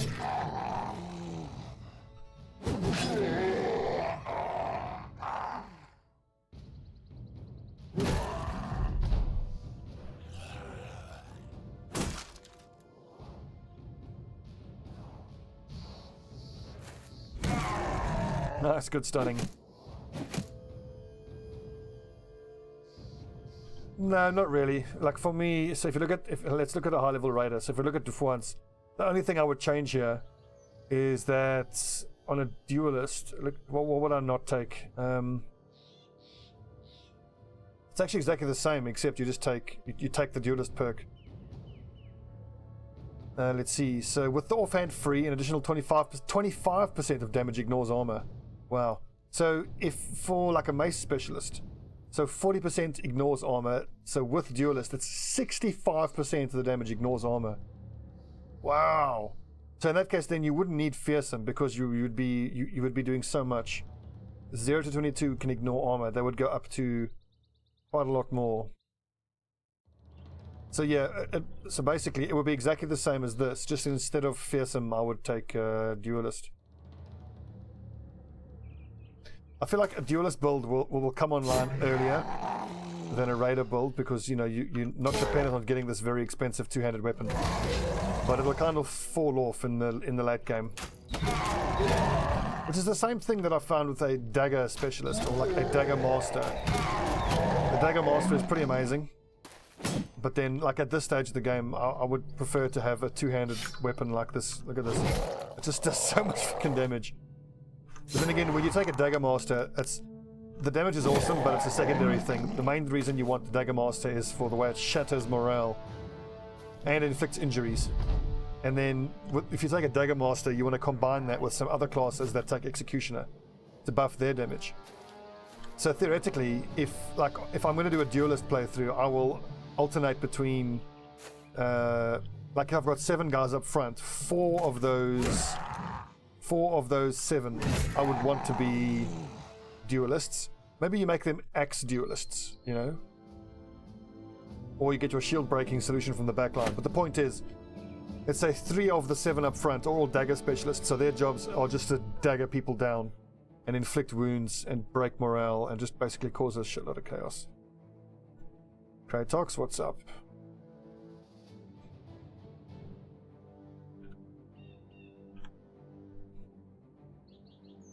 12 for Malicus. Too short. Let's get a nice round, even 30 range defense. I'm happy to leave it at that. 85 at 12. It's alright. He's no Dolmar, but then again, no one's Dolmar.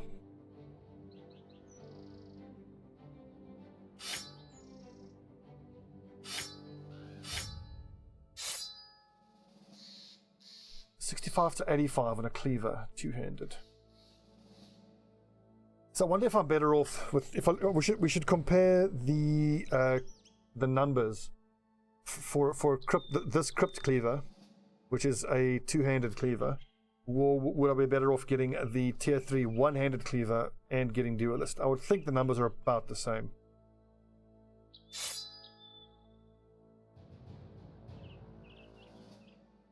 Inflicts 65 to 130 damage depending on how injured the target already is. But really the reason you want to go for cleaver is because of decapitate. Finish motherfuckers off. Absolutely, Wolverinus, absolutely. I mean, I've had it once before. I think it was season 12. Season 12 was called Dovkul's Chosen. where we tried to get 12, what are they called again? Occultists. That's really hard. Just because occultists are such poor fighters, so we started running into real problems having a decent fighting force. If I were to try that playthrough again, which I may well do on my next playthrough, what I would do differently is I would still try to get as many occultists as I can, but rather than forcing the issue and trying to hire all occultists, I'd hire 1 or 2, which I'll make my bannerman and my sergeant, and then just hope over time they'll convert enough of my guys to get the event. Well, I think technically you only need 1, but I believe the more occultists you have, the more likely it is to get it. So like, that's someone I should hire, but then again, I don't need the greatsword.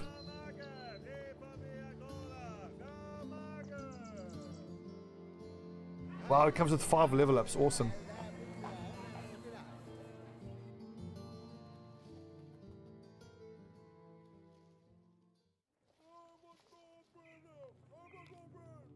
But look, once you do get the Dovkul's armor, that just turns one guy into such a fucking monster.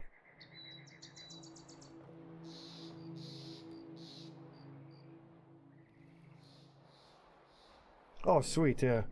Converted cultists can be sweet for backgrounds like Wildman have XP penalties. So that's true. So if your Wildman converts into a cultist, does he lose his XP penalty? If so, that's awesome. Never really thought about that.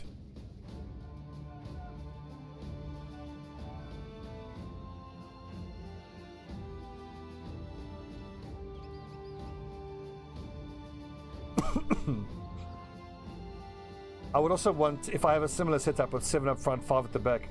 I mean, I think it's pretty much well understood that if you want to get the very best DPS, you need 3 archers. But I'm kind of thinking that I do want to, on my next one, I'll do 2 archers and 1 crossbowman. And then the crossbowman, even without crippling strikes, is going to injure someone almost every time. And then my archers don't actually need fast adaptation. I can take executioner instead. So like, the crossbowman shoots first, inflicts a wound, and then the archer finishes that person off.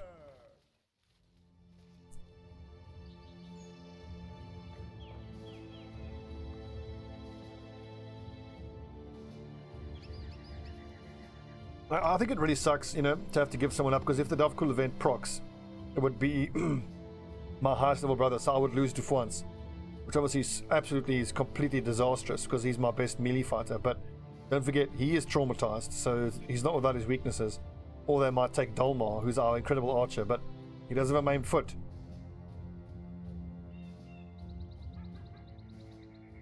What's up, the Cho?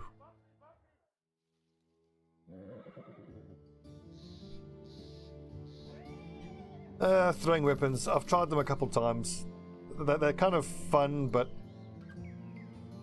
when you come to the absolute hardest fights, or when there are enemy marksmen, as soon as you have throwing weapons, unless you have a couple of archers in your team to convince the enemy they have to move forward, then they just stay put and you have to advance into the marksman, which is just absolutely monstrous. It's so bad. The problem with the throwing weapons is, like, look, throwing weapons can be great. Because if you have thrown weapon mastery, a throwing axe, if you're throwing from 2 squares away, does almost the same amount of damage as a warbow, and you can get that really quick early on. But the thing is, so it's really good until you're actually able to literally afford a warbow. Then once you've gotten an archer to a point where he can afford a warbow, then the throwing weapons are doing what for you exactly? How about you hand over your valuables instead? This is going to proc a fight. I don't know if you can actually get your men laid to increase their morale. I've done this once before. I said, you've got a deal, let's lay some pipe, and then instead of having some fun, we got robbed.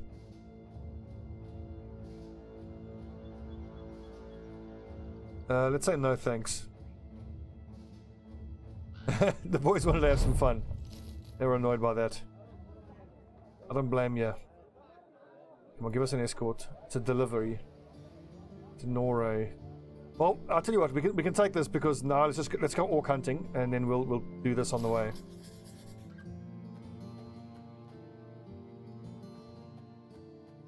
You're right, Kratox. And the thing is, if you're going to offset that, like you say, you have to take bags and belts, and quick hands. And so you're having to sink 3 skills into those weapons just to make them comparable to what a bow is already.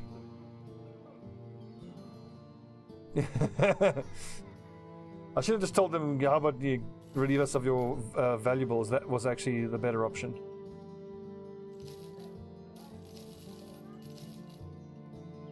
So we got 6 days, 8 days, that's fine. Thank you, I'll take that.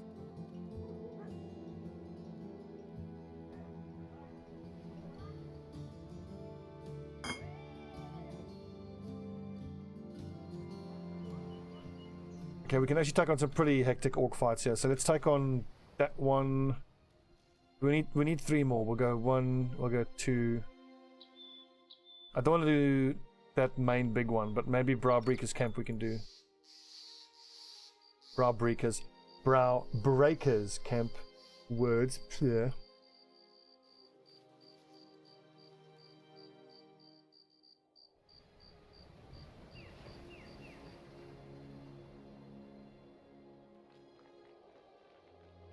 So Krotox, if I ever do a throwing weapon build, it would be in the hoplite playthrough, but I've tried that on expert. It's just so fucking hard.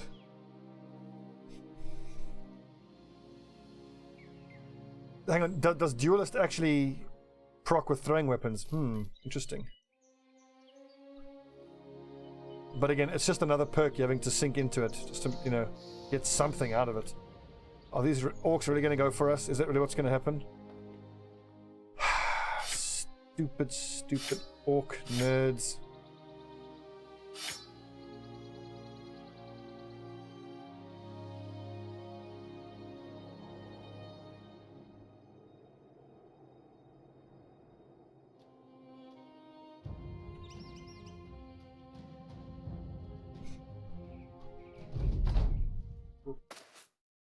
But also, duelist on your throwing weapon kind of counter synergizes with the main reason that I think you want a throwing weapon.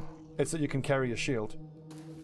So what I've thought is doing a hoplite testudo formation where you have 6 and 6, and every single one of your brothers, all 12, are absolutely identical. Or if I had to do that, I would call my group the Unsullied, and just imagine that they are all, you know, they're all spear specialist, shield specialist, and then maybe throwing weapon specialist. Maybe I would drop that though. But it would function just the way you would think. All 6 up front would start with spears and shields. All 6 at the back would start with javelins and shields.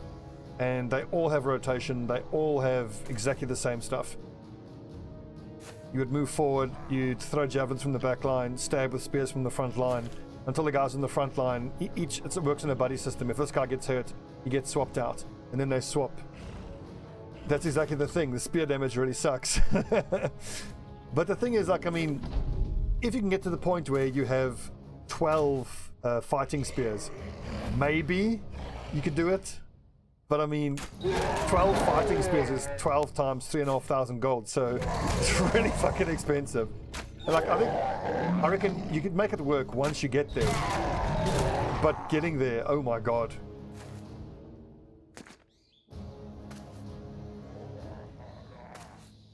What I do like about that tactic is that replacing people becomes easier because you always have your highest level guys up front and your weaker guys at the back. So it kind of makes it easier to replace people, and you're going to need to be replacing people because a lot are going to die. Yeah, it's 40k just in spears. Shit is expensive, yo. And move forward into these nerds. Give the little orc warriors, the young orcs, less chance to move towards us.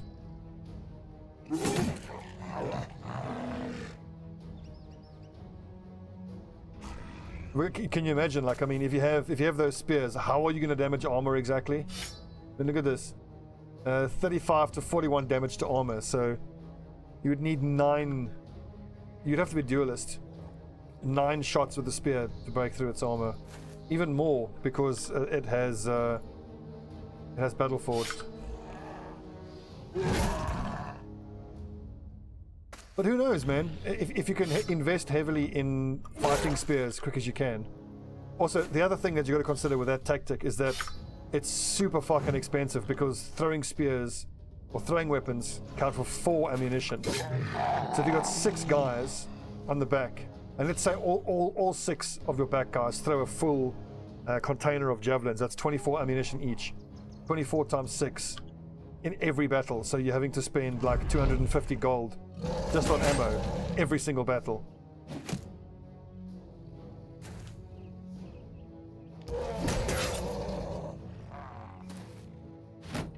Maybe the way I would change that is instead of throwing javelins in the back line, I would just have pikes on the back line. And then everybody, even the guys on front who start with spears and shields, would have a pike in the backpack. And then you just move forward, eating all the range shots that get shot at you, which is going to suck. You just keep pressing forward and then you use rotation.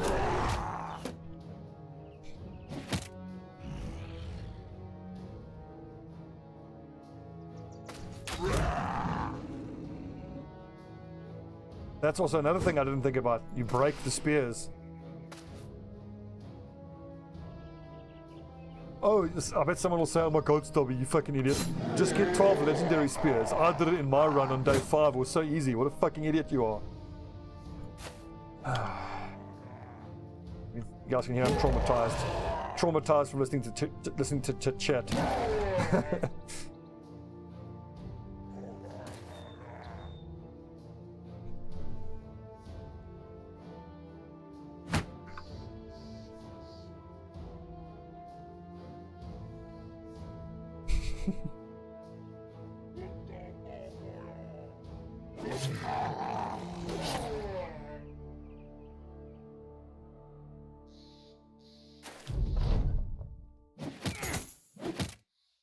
I know, I'm such a fucking idiot.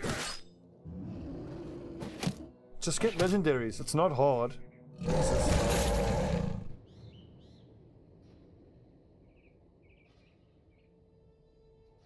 I really want to hit this dude, this is gonna hurt for the once. Ah, his armor's alright. He'll be grand. Stop stunning me! Oh, Dufons, what a beast.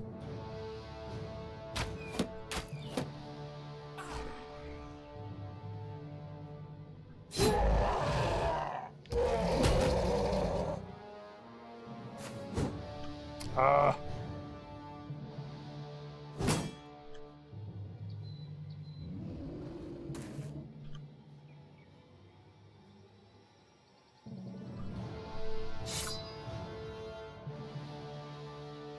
But why can't I use footwork? It can only be used when in an opponent's... Oh, I can just move. Right, sweet.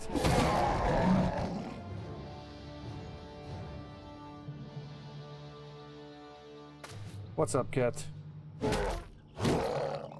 Get clubbed. Okay, I have to say, the decapitation is pretty cool. How much hit point damage was that? That doesn't say. Yeah, get fucking warhammered, you piece of shit. A shields only run. What, so just shields and punching? You can't be serious, dude.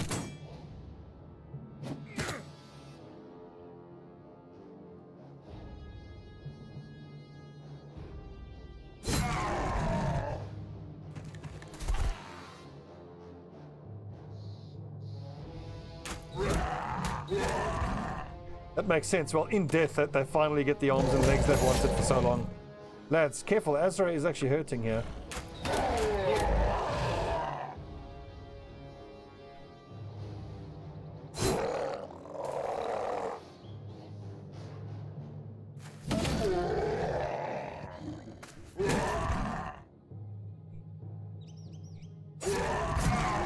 Like, if I was thinking, so for example, just for reference sake, I'm going to refer to it as the Unsullied build.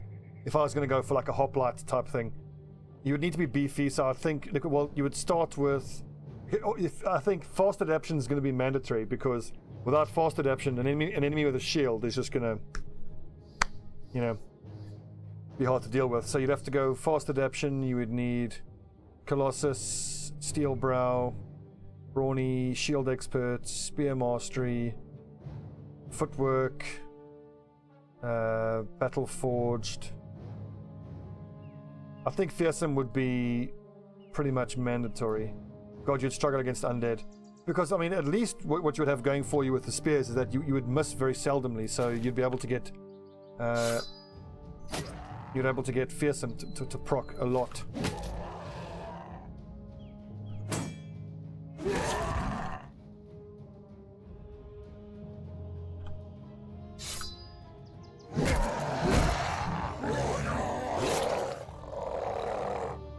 The monk has been useful a couple times. There's been one or two events that he's chimed in. I think so far, most notably, he has calmed down one of our brawlers who was going a bit ham in one of the cities.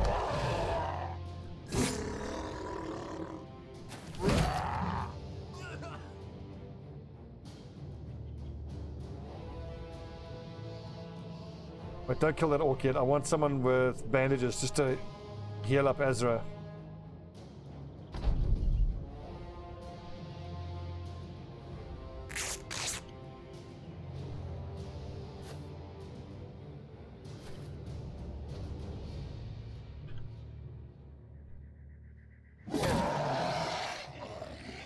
Great XP numbers, really totally worth it. I thought of this fight as a bit of an inconvenience, but there's such good XP numbers there. Look at that, 5 level ups, amazing. Guts. I think I'm still gonna keep him as a duelist.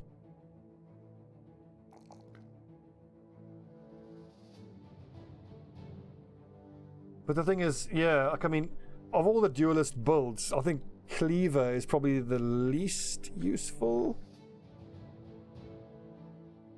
because of the existence of the Crypt Cleaver.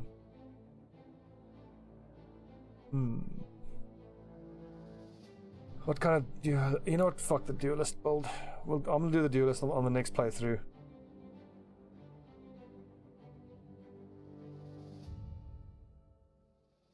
I want him to use a great sword.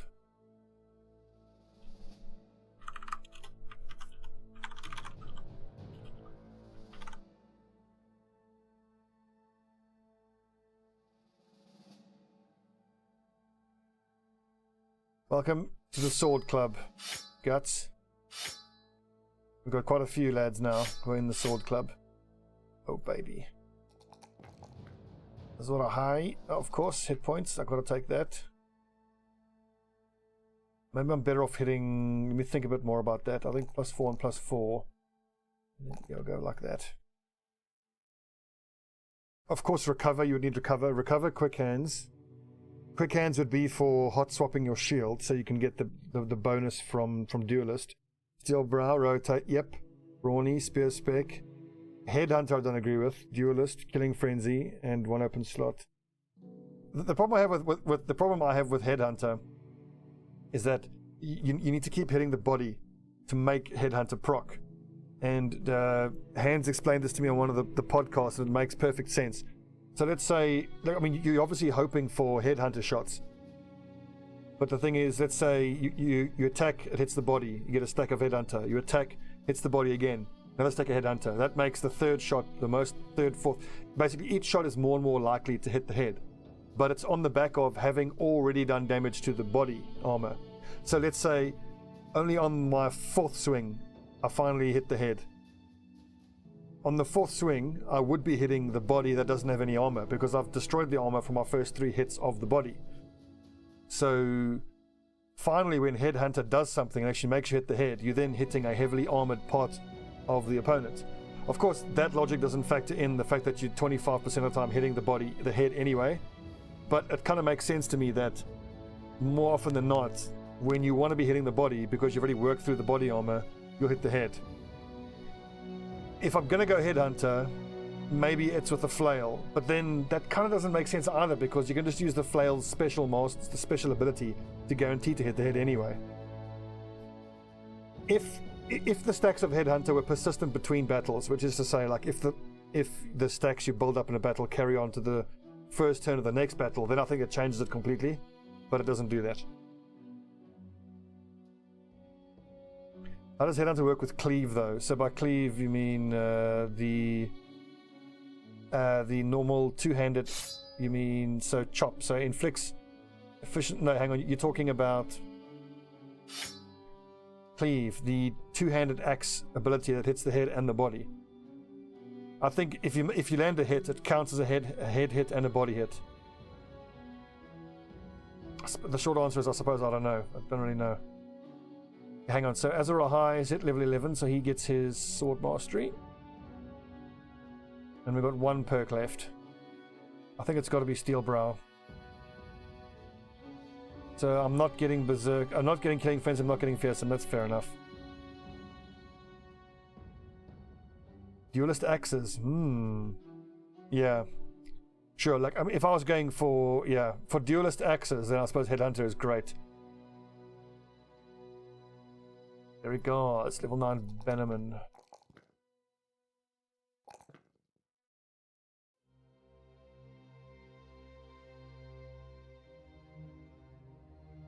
Alex, level 8 Hemorrhader, sweet. Now we can chuck him into some heavy armor and we can put him on the front line. Oh, +3, love it. 4 is good, it's good.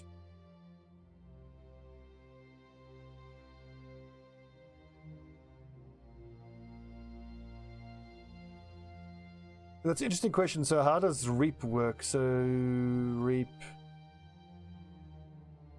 Yeah, so if I have 3 stacks of Headhunter and I use Reap, is Reap just going to calculate the hit to the body if it hits? It's a good question. Oh no, he's a Sword Raider. He needs Brawny. Well, he's got loads of Fatigue already, so I'm going to take Footwork. Help keep him alive.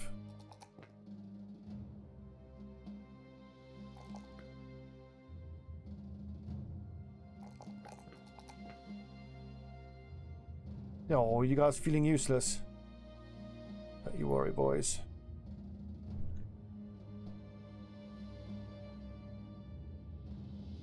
Overall, I've been pretty unimpressed by the Clip Cleaver.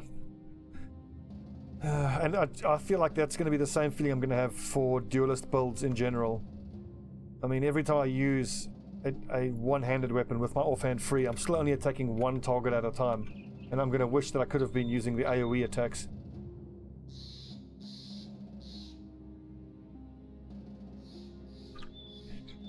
So Destinish, indeed it could be, although in my experience with two-handed war axes, if I ever use them, it'll be a 7 and 5 formation, but you've got to put them off by 1 square if you want to swing them in a circle.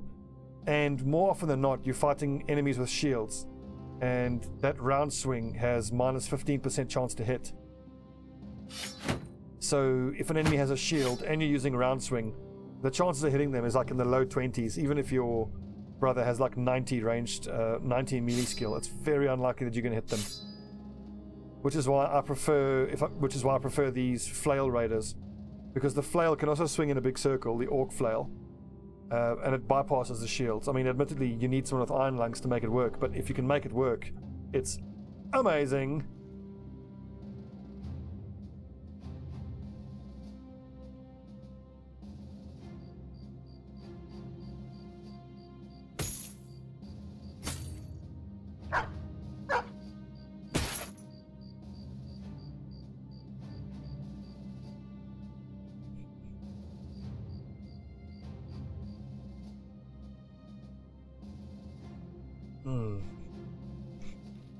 How much longer? 9 more tools. So when that's at 106 tools, we get to go.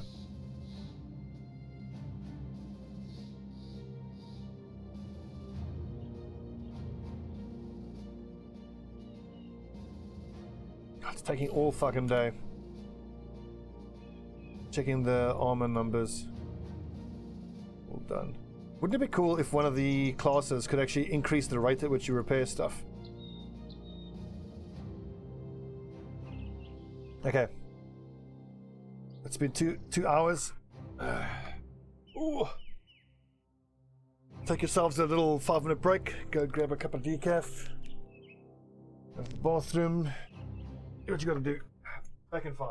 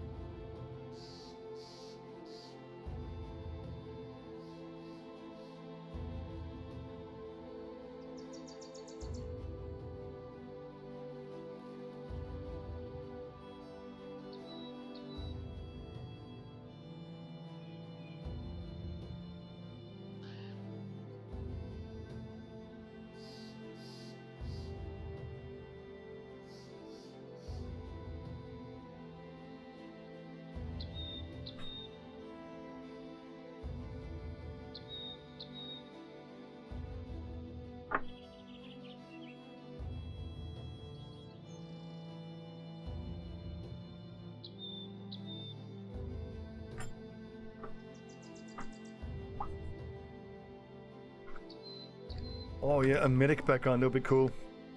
Well, I think that they could have made that a something to do with the butcher. Like the butcher is, you know, familiar with anatomy and can help you heal. Whoa, that's pretty intense. Can we do that? I think we can.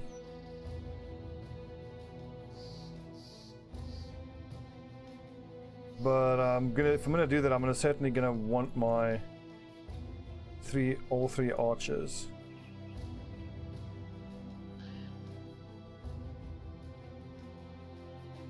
So it's like 5 warriors and a warlord. Holy crap, that's pretty fucking intense. I mean, like, I can get through that, but I'm gonna take some serious wounds. That seems a bit unnecessarily risky. Like, I can get through that, but well, I mean, the thing is, I'm gonna want, like this worries me. I've still got a few guys with just male hauberks up front. I think we should just err on the side of caution, and besides, some of these ruins may well have orcs in them. It's doable, but that's just unnecessarily risky. We didn't get... Oh, I missed the day 300. Anyway. Cheers, lads. Congratulations to 300. 300 days. Who would have thought it? 300 fucking days. The war pigs have survived. Prospered. And we're at 504 per day. A plethora of warriors. Holy fuck. It's like 15 warriors. Some young, so it's like between 6 to 8 young, 1 berserker and a warlord.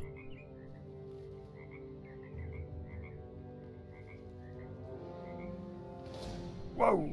Shaman and overseer. It is fucking scary out here. Plethora of ancient honor gods. I'm pretty sure the black monolith's going to be around here somewhere. What I want to find is a couple more of these little, you know, orky caves. That's not an orky cave. Great Goblin City.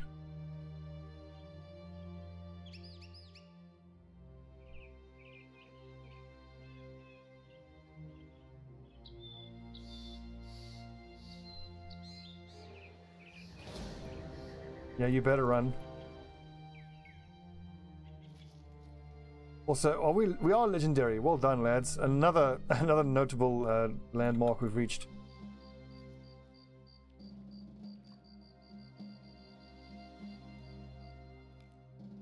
Well, you'll see that once we have all our heavy armor up front, those goblin cities are not that bad, because the little archers can't get through your armor. You just chop them to pieces. But still, dealing with a goblin shaman is not to be sniffed at.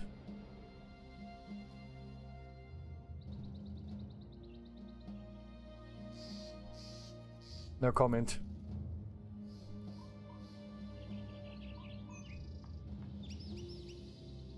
So I wonder how patrols would interact with the Black Monolith. I wonder if it's the same as it would with other ruins, which is to say, if I pulled like a group of goblins in there, would the goblins help me fight the undead? I can imagine, Mike. That great goblin city sounds fucking terrifying. Nah, I'm good.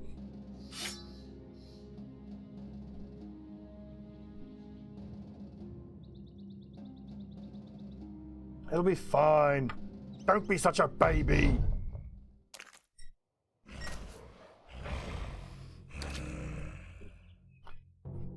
Let's see. Let's go for a little cheeky retreat.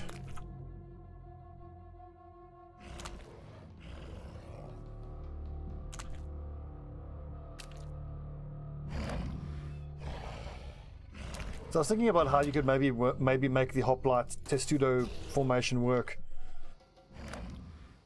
And maybe the way to do it is you take adrenaline on everybody. Because, I mean, the main threat you're going to face with that tactic is enemy archers. And so, let's say the first round starts. You don't even raise your shields. You just let them shoot from range while making everyone wait.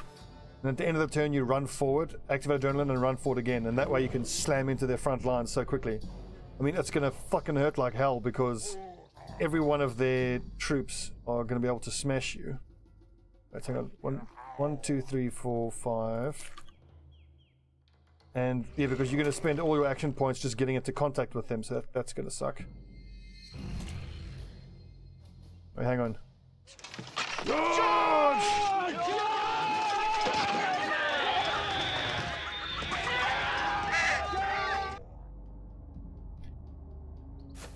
Quiet.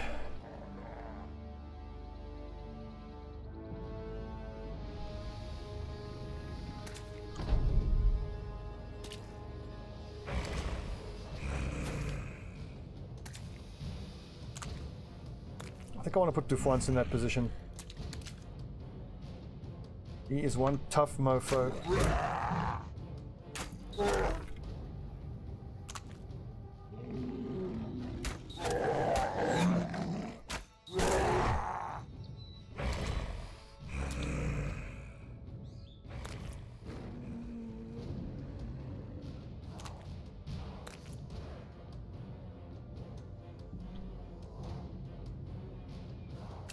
Oh, fuck, I didn't move Dolmar. Ah, shit. I shot with him, I should have moved him. I'm a feckin' idiot.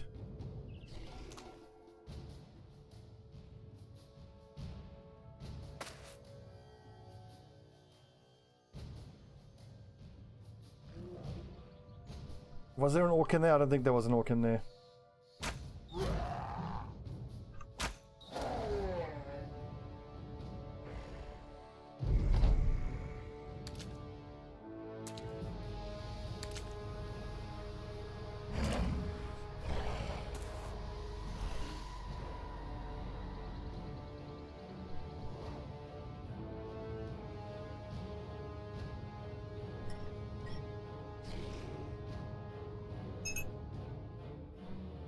I'm gonna move forward here. I think I will actually.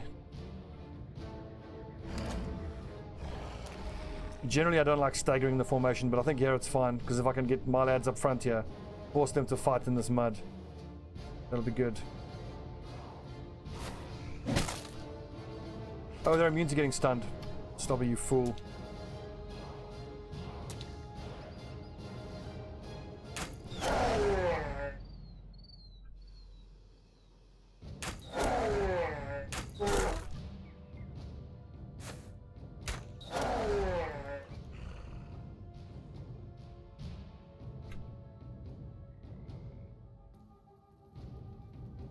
So I kind of don't want to use Spear Wall. Like, I mean, they can move 2 squares on the next turn without attacking. So actually, if they move into contact, I can get an attack off and then switch to my other weapon. What I'm hoping is that them having to move through the mud is going to allow me to be able to attack and then get attack before they attack on the next turn and then go to my shield. Fuck, these guys are supposed to be going forward. Playing like dog shit.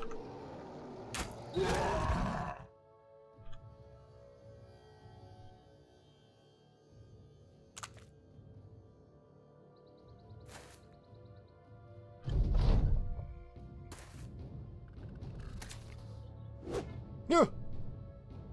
Dodging.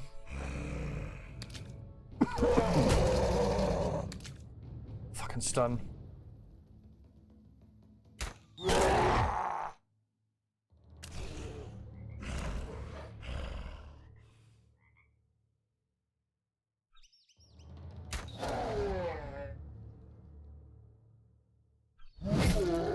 Can I say, Mike? Literally the worst. More accurately though, it's been such a struggle. Just staying alive has felt like a real accomplishment. Actually, you know what? I'm gonna take these 2 if I wait to let Alex break the shield. Immune to stun her. Just fucking bash his brain in.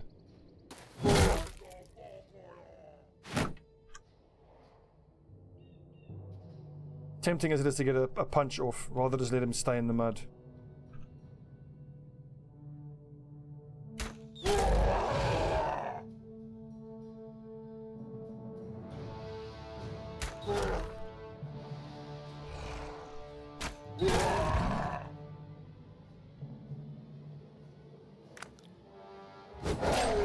Oh, no kill, but panic though. Good dodging. Ah!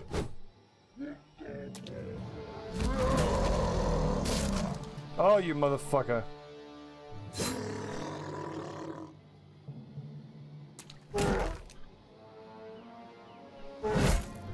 So close to one-shotting him.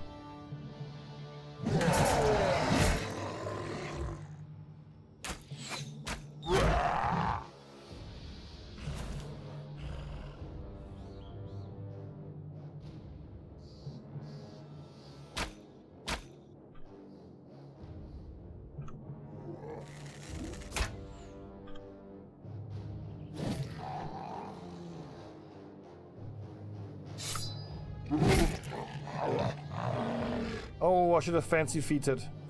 Damn it.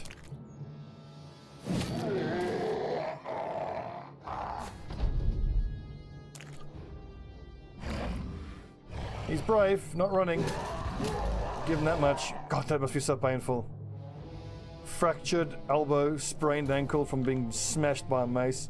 How are you getting hit in the ankle with a mace?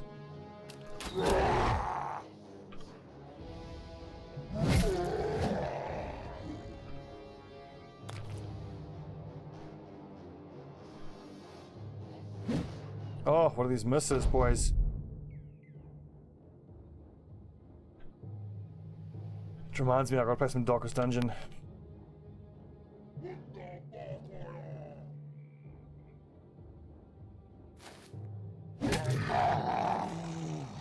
Well fought, chaps. I just imagine, like, where are you aiming that you're hitting the guy? Maybe that orc was doing a defensive cartwheel of something, of some sort. And as he was doing a cartwheel, it hit him in the ankle. Sweet, I've got both of the berserker chains that I need now. For my flail raiders.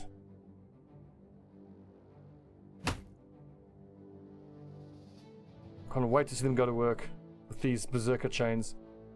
They can be very, very funny.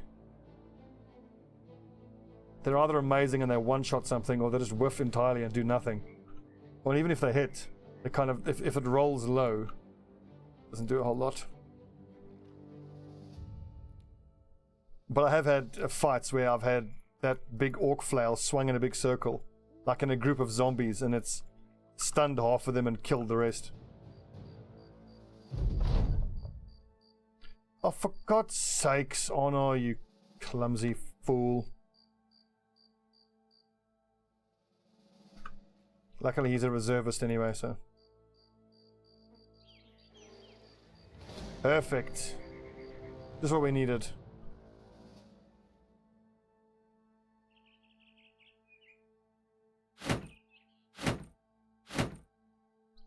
I knew coming out here was the right thing to do.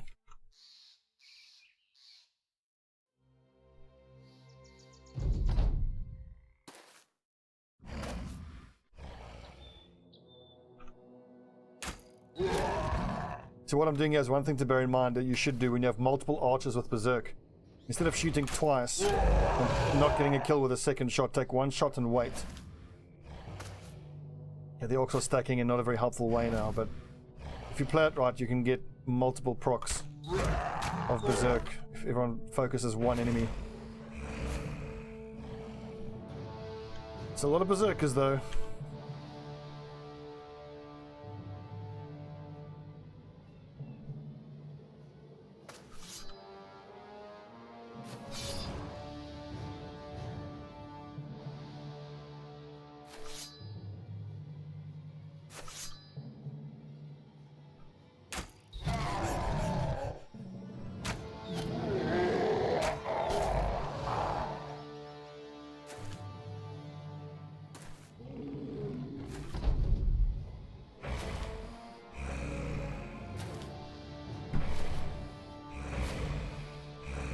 The thing about the Civil War that I don't like is you fight a lot of those arbalesters, and they are scary because they have tier 3 crossbows. So those are the kind of guys who Or just one shot someone who you've had in your party for like 300 days.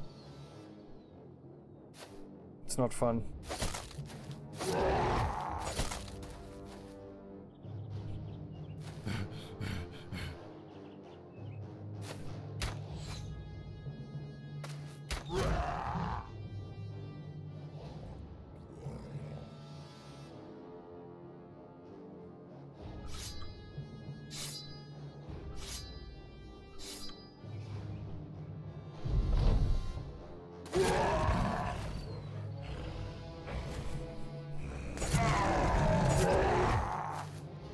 Good stabbing, boys.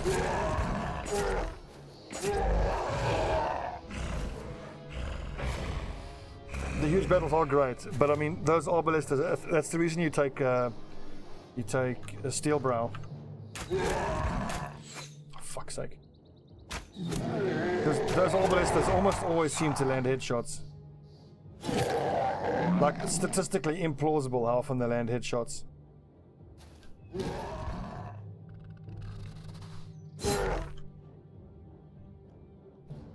Whoopsie, what I meant to do.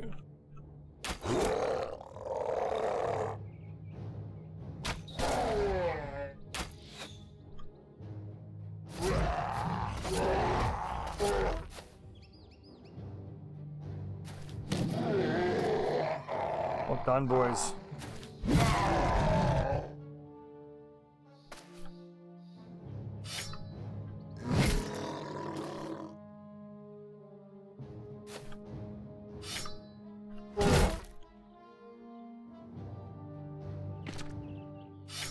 Get him, Azuma. Oh, damn, fatigue.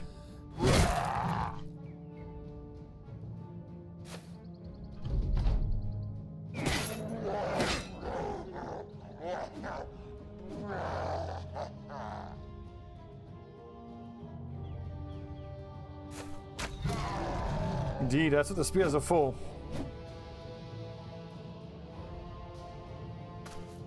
It's not about the damage.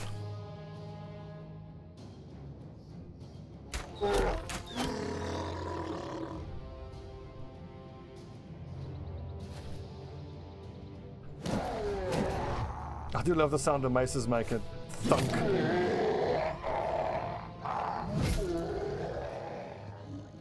Well fought, man. A bit of unnecessary armor damage taken, but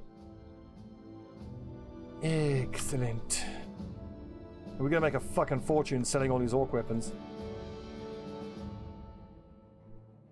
I'm sure we can find one more of these little caves.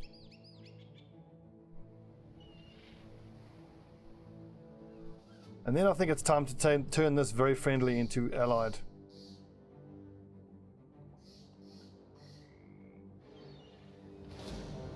Hello, Noctiers. Hello. Basically, large walking groups of XP.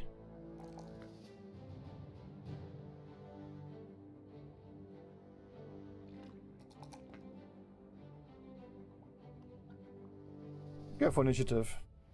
There.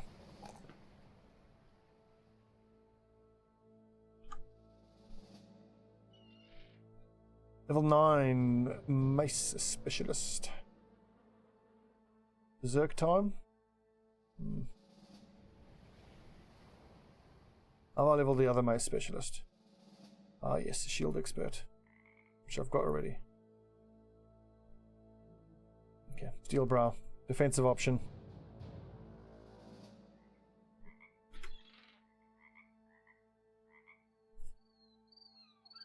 That hooked sword thing, that is it's a two-handed undead cleaver. Called a crypt cleaver. It's okay. I was pretty underwhelmed by it.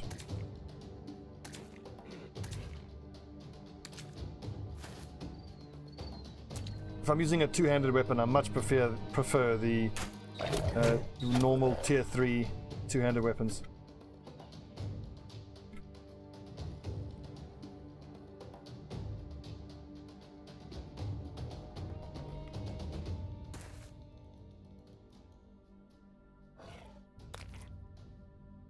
Why are we going to get a spear wall down here? Nah, doesn't matter. These things are walking into murky water, so they're gonna have such shit combat stats.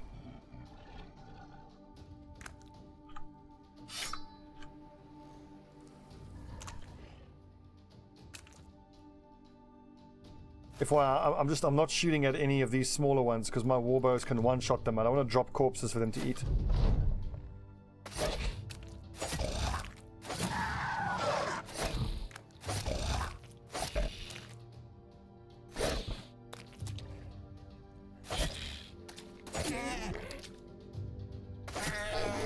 Great work, Mizuma. I think that's 9 stabs in a row.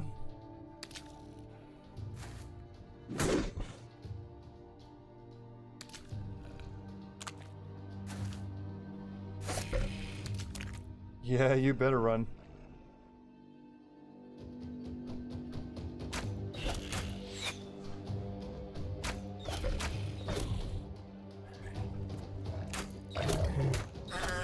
Just softening them up.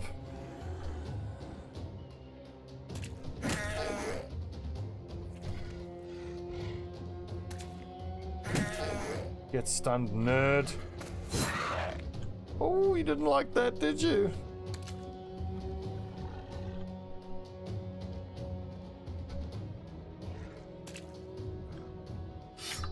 Cam guts. Oh, too exhausted.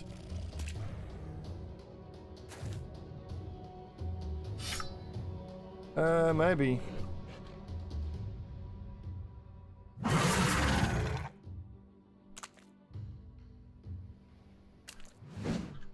Maybe no need.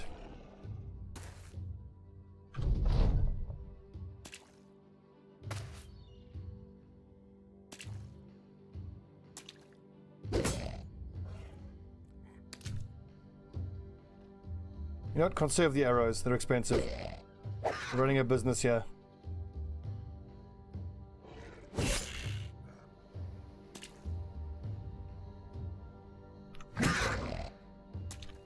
Get slapped.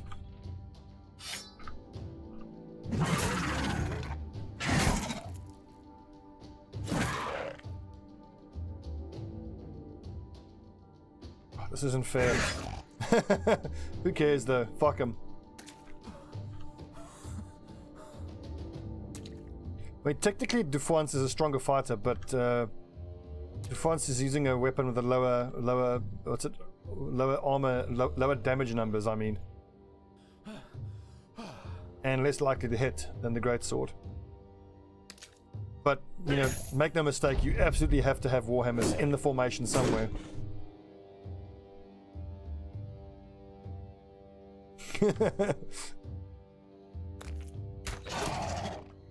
That's the truth, though.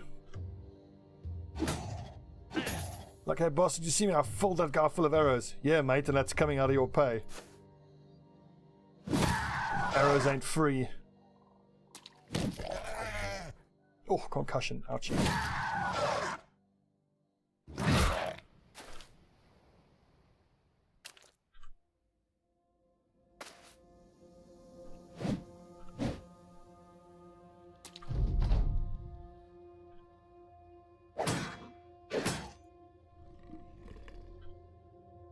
It shows you how good their defensive numbers are that it chose to hit the guy with the heater shield instead. No arrows cost money, send the Irish. Oh god, I remember that, yeah.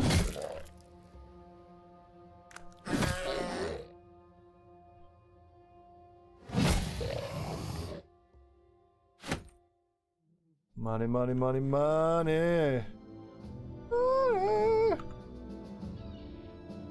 Any level ups? Yes, level 13 on Mizuma Peg. So where's he weak? Well, fatigue, obviously. His accuracy is fine. Resolve could be a touch higher. That's so fucking low. Oh right, because he's carrying a boar spear. He normally carries a dagger there.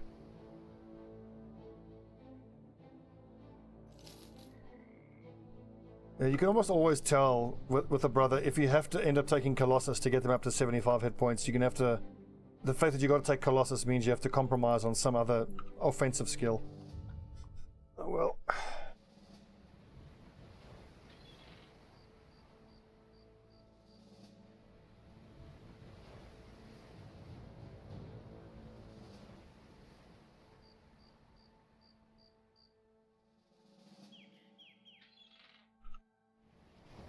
Also, we've pretty much scouted the majority of the area here now. I think if we go down further here, we'll find some more undead. That's just going to be water. So here, we might find another little orc encampment, but I want to see what's across this little expanse.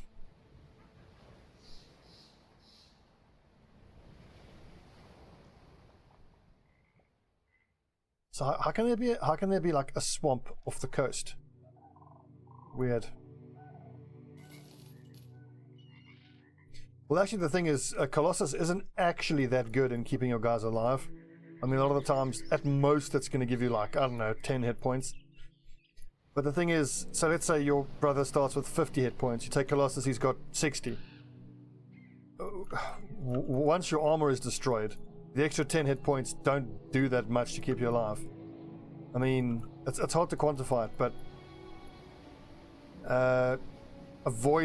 putting a perk into a point that avoids damage in the first place is better for survivability than a perk like Colossus, which gives you hit points, which gives you a better chance to survive when you do get hit. But I mean, as you can see with most of my guys, I do end up taking Colossus on almost all of them. The only ones I don't take it on are the lads who so who have I not, like, I started with Refront. He didn't need Colossus. He was able to get up to 74 hit points. He had high enough starting hit points, basically is what I'm saying. So I'm not saying Colossus is shit. It's an awesome skill and you should get it. But it isn't as good as you might think. But it's still worth getting.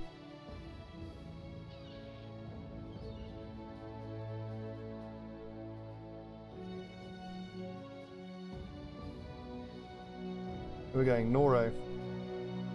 Yeah, I mean, like, what's happened with the payload? There might be the event where it's like, oh, do you want to look what's in there? While enjoying a slice of bacon, you hear wind of a quarrel. Oh, right, so this is... let's get... The last time I did this, my monk got punched in the nose and pissed off, and the cultist got happy. Let's do the other thing, and it pisses them both off.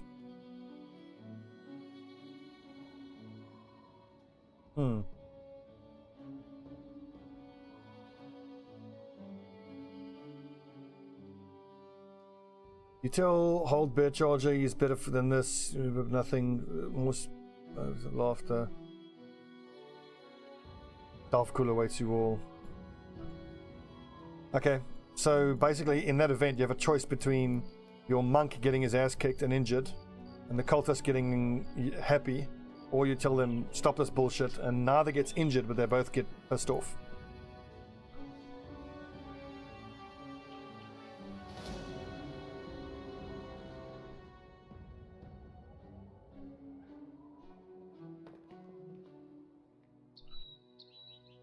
Oh shit, hang on, I need to get to payload area. Didn't realize the money had gotten so low so quickly. Oh shit. Hey man, that 500 gold a day really takes its toll.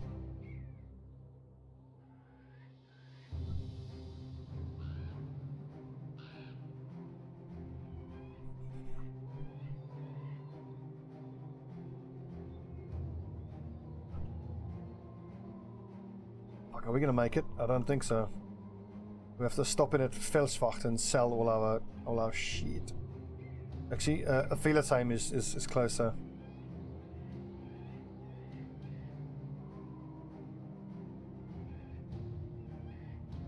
I mean, if you look at how big our group is, we're a pretty slow-moving group. 306, we can do better than that. 260, do better than that.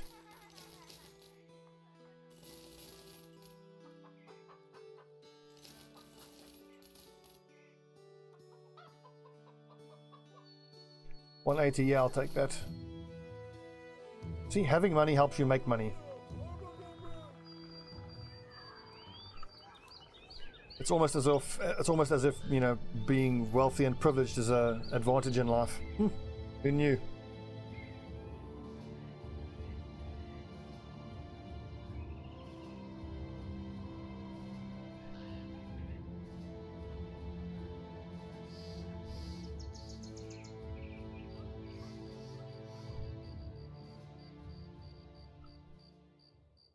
I definitely want to go check out these two spots here. I think Traveler's Rest is going to be an easy one. It's only like a little collapsed house. God, we do move slowly, don't we? We should make it.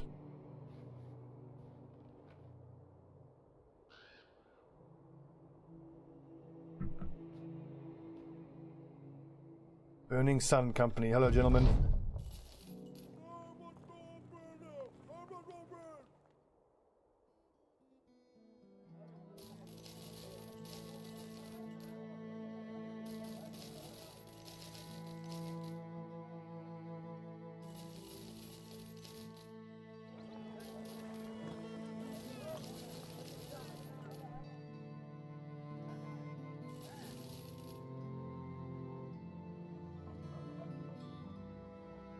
Alex, you gotta tell me what your name is in game. I can't remember. Is it Alex the Great? I don't think you are dead yet. Oh no, Ron Snow. There you go. Not yet. We're saving up money to get you into some proper armor so you can start hitting the front line.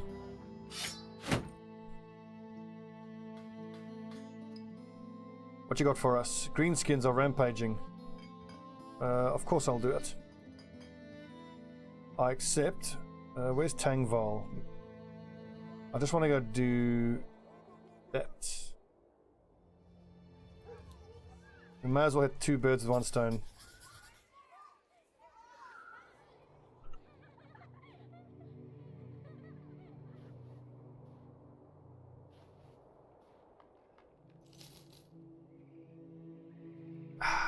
Cup of tea and some Battle Brothers. Lovely.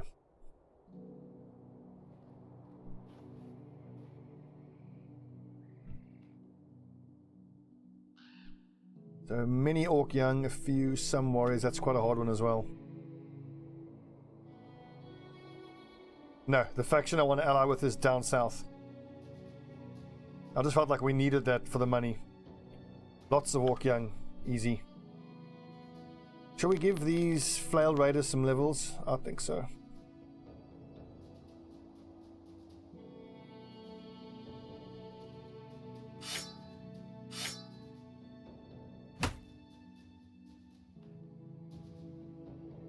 I actually don't want to bother with a spear wall. It's just Orc Young. We'll move forward into their formation.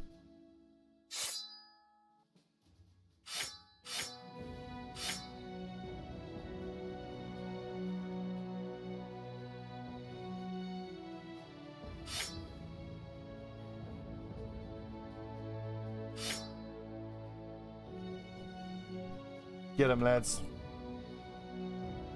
Wait, hang on. We need to get rampaging orcs killed first. Because that can wait. Let's do this mission first.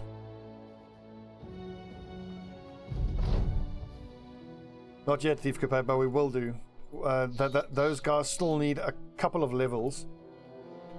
Okay, let's see. So 5 Orc Young, 5 warriors. In that case, then I need my A team, which is my archers. And nets are going to be really important.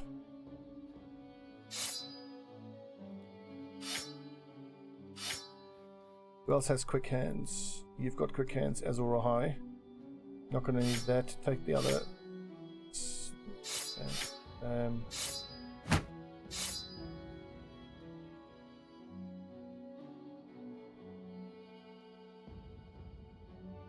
In fact, I'm going to give Ronomp another run. Good old Ronomp. With his Berserk. All sorts of good shit. I'm just very careful about this because there's Orc Warriors there, and Orc Warriors are not to be fucked with. Everyone's nice and high level, level 10, level 9. We've got some good weapons here. Let's fuck them up. But Wolverine, I really came around on nets, especially in the early game, when your guys are like level 1 and 2 and you start having those first fights against enemy raiders, bandit raiders that is, because they're all higher level than you. They've got such scary weapons, so being able to keep them netted, so important. Yep, we still are trying for the masterwork bow.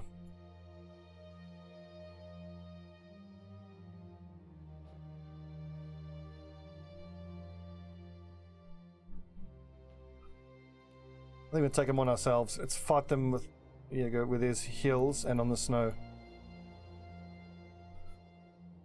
Tip, losing is fun. No, it's not.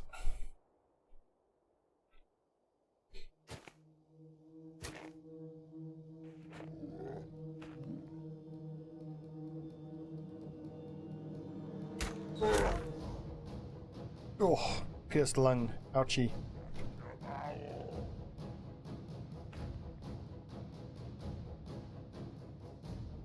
I'm actually going to move forward just to give these decks less opportunity to charge in and stun.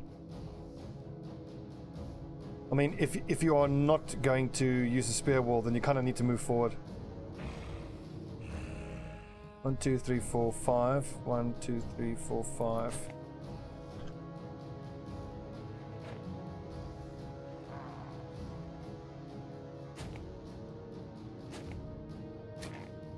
It doesn't put you into contact with the warriors a little bit sooner than you otherwise would, but I think I prefer that. Then I prefer that over getting fucking stun locked. Such a pain in the ass.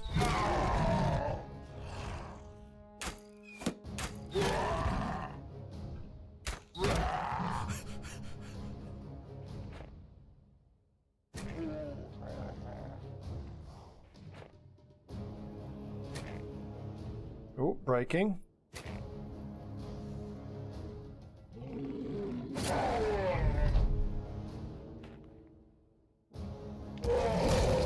Ah, fuck you with your stuns. I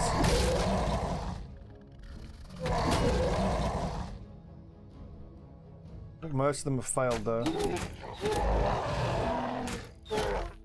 Alicus, you fucking monster.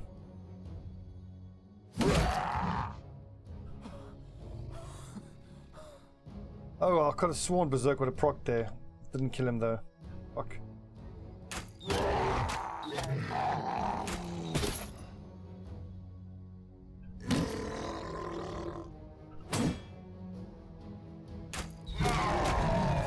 Fucking him up.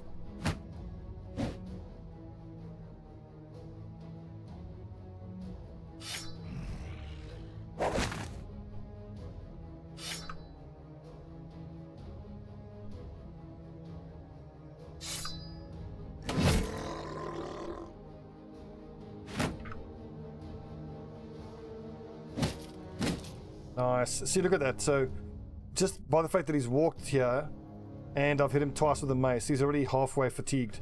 Another reason the maces are actually so good here. Like, I mean, one of the best ways to deal with these orc warriors is to hit them with maces and just keep them exhausted. Good. That's also helping to exhaust him, so that's good. I don't mind that at all.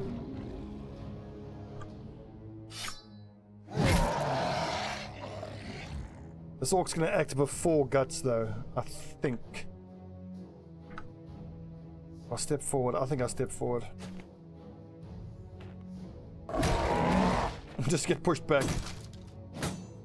Nice. Didn't take the net off. Excellent.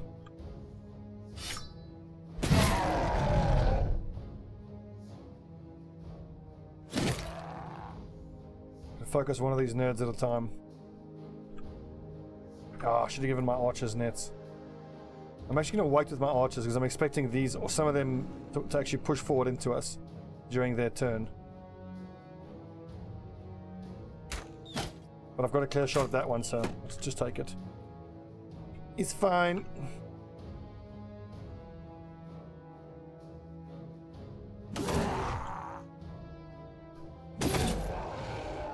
There he goes. You haven't got quick hands yet, have you? Fuck, I should have taken my shield out. You know, he's fatigued already. Good.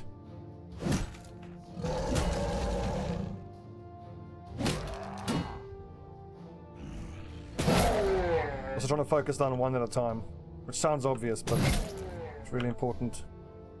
No shield. No shield for you!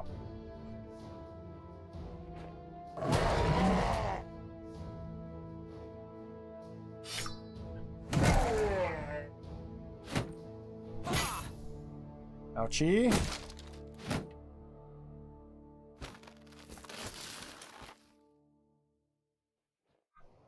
Which of these fucks don't have any armor? This one.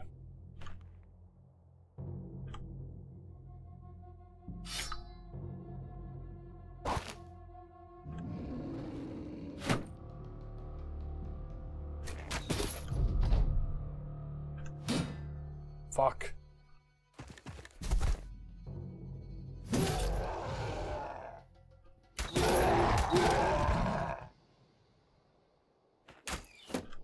Oh. Oh, whoops, this is our target now.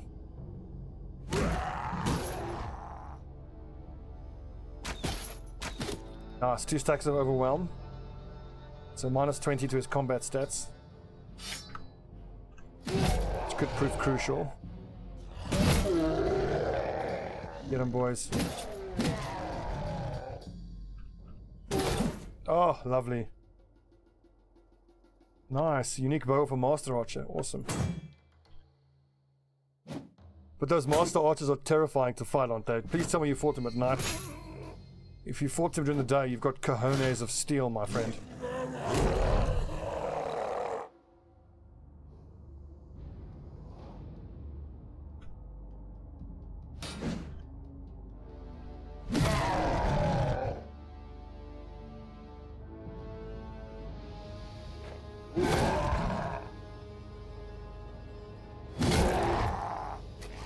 Nice.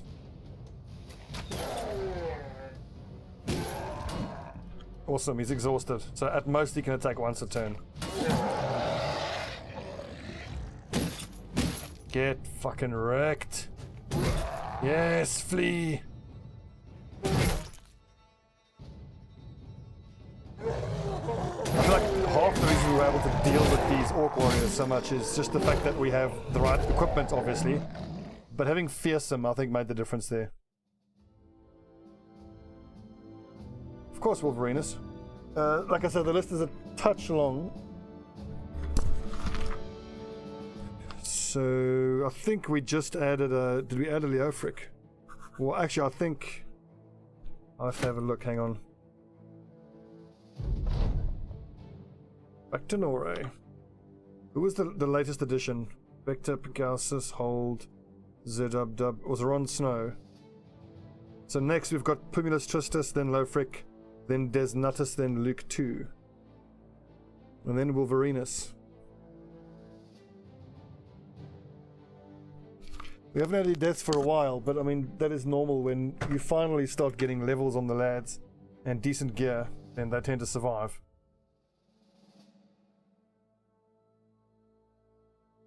Actually, I shouldn't be repairing all this shit, that can fuck off. What you got for us? 340, I'll take that.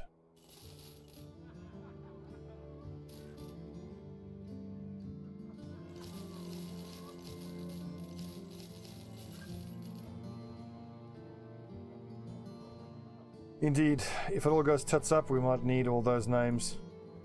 Let's hope we don't need the names.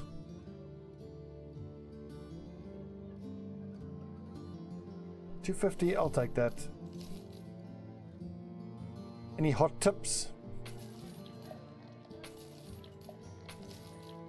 Nope. Just gonna camp here until we are repaired though. It's 87 minus 23 is 64. We'll go clear up that hut to get the ambition. We'll get paid. We'll head south.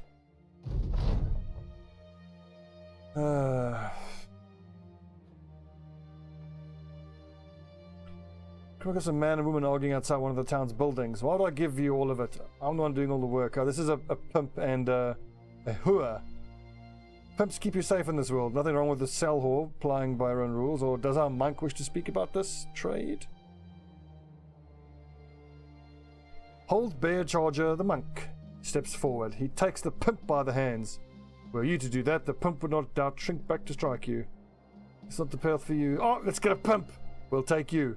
And we got 20 out of 20 men now. We just got ourselves a pimp. And he is pretty awful. He's a sure-footed, optimistic pimp.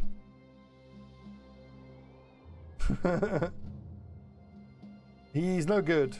We don't need him at all. But it's just cool to have a pimp. I wonder whether there's going to be any interesting events with having him.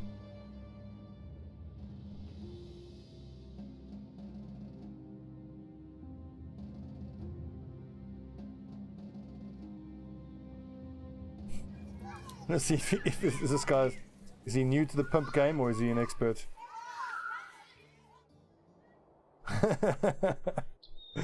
A wagon full of wenches. So if we look at his stats, 52 starting melee skill is okay. 15 starting melee defense is actually pretty amazing. If anyone could be a duelist, it's this guy. He's got the fatigue for, he's got the melee defense. We can take him make him a spear or a sword duelist, but we just don't need him. Indeed, if the reserves are being bitches, then he can just whip out his way strong pimp hand. Bitch, where's my money? Let's see, how's the armor looking? It's all fairly repaired. Note to self, we need to buy more heater shields.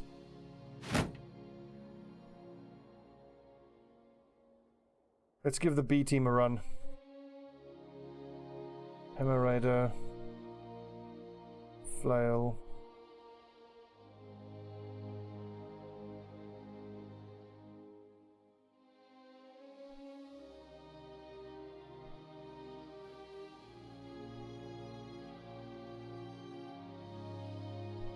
Give me another reservist. That being said, these reserves have had no action. We've not needed them at all.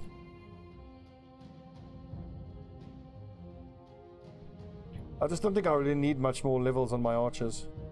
I'd much rather level up these lads.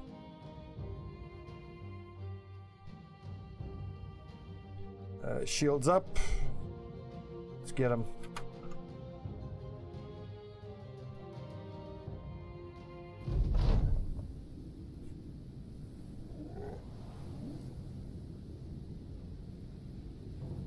So these ancient bladed pikes, ugh, they've got to hurt like hell.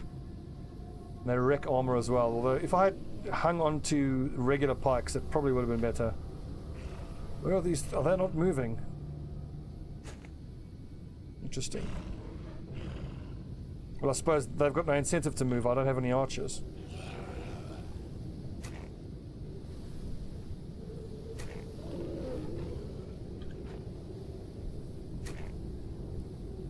Stupid orcs making us slog towards you in the damn snow.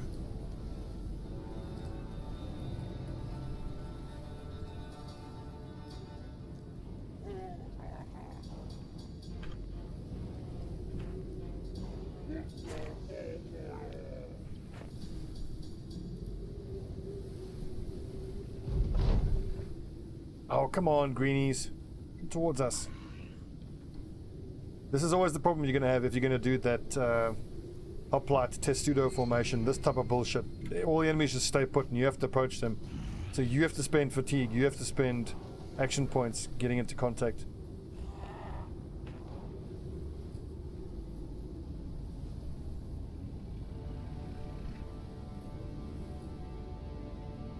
Did my own build first time through, watch some YouTuber, best style what I come up with.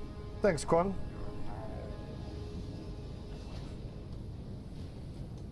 I suppose what you're saying is, if you're a new player, my tactics are quite noob-like, which I suppose I would agree with.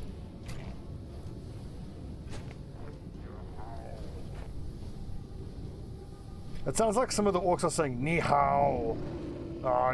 Ni hao. Clearly these orcs all speak Mandarin. Who would have thought? It was Ni hao Cantonese. I don't know.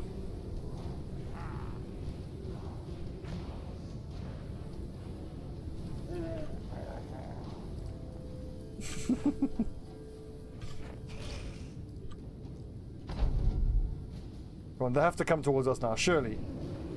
Ugh.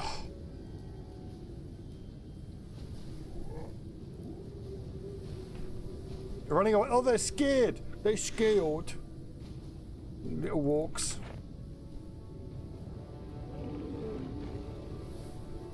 Yes, it sucks. If I move forward, I don't have any action points to actually attack the fucks. I'm going to wait with the front line as well, because maybe then they can end their turns before I actually move forward. I think it works that way because their initiative is higher than ours.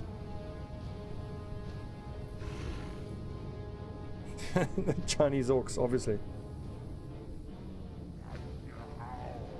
Yeah, they did it again. Yow. So quick hands is good on almost everyone. Bags and belts, you got to think about it a little bit.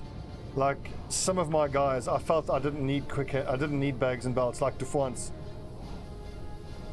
For him, bags and belts, when he swaps to his main weapon, he would only get 7 extra fatigue out of it. I much prefer taking Steel Brow. So I feel like he does need recover because his fatigue isn't great. But I suppose as a general rule, taking bags and belts is pretty good on just about everybody. I mean, you can never go wrong with tactical flexibility. More options in the battle is always a good thing.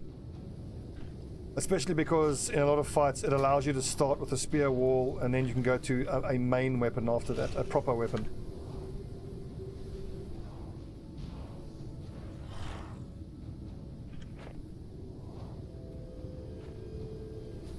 This is gonna suck. These orcs gonna kick the shit out of us now.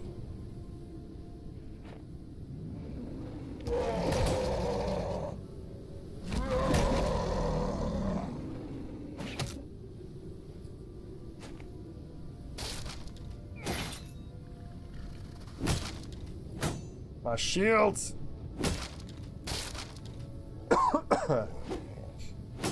I'm pretty sure he broke that shield even with Shield Expert.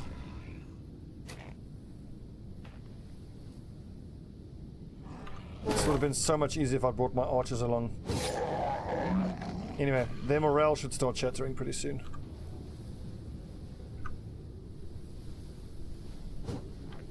%. Miss!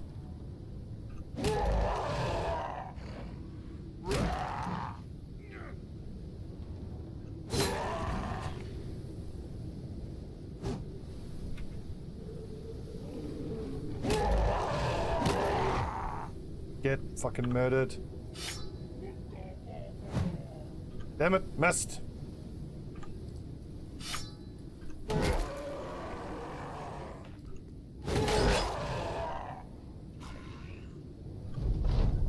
That's bad. That's very bad for Azor. I'm very glad I managed to stun the one with the axe, because the axe is doing the most damage to his armor.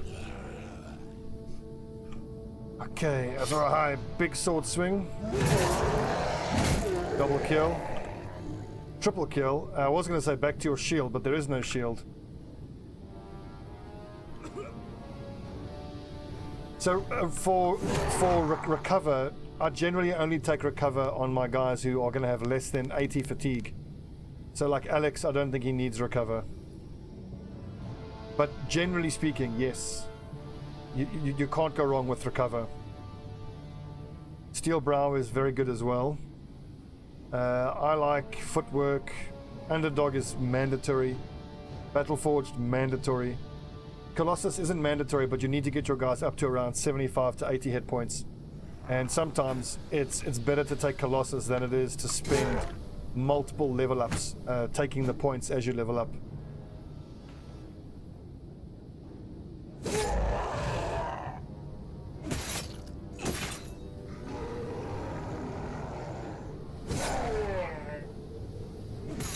I fucking hate these cleavers, they hurt.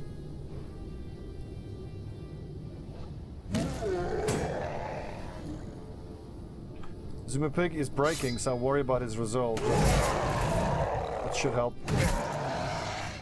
That's helped. That's made him cheer up. Getting a double kill.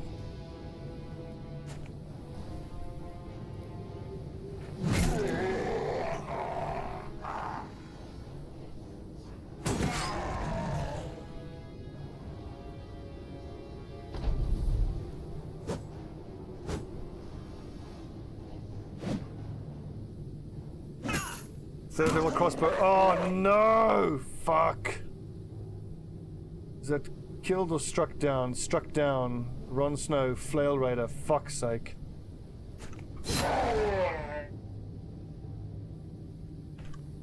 I was sure he would have acted before them. Oh well.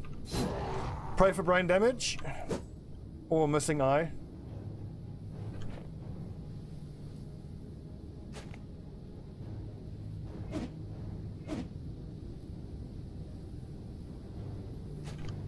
Make you little green fucks pay for that.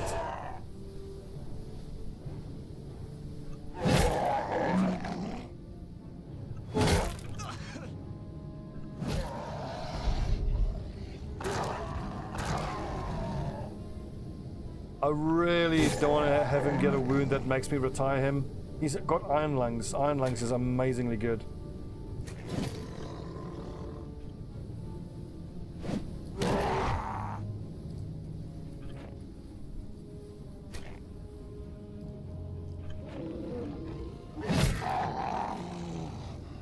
Oh, fuck.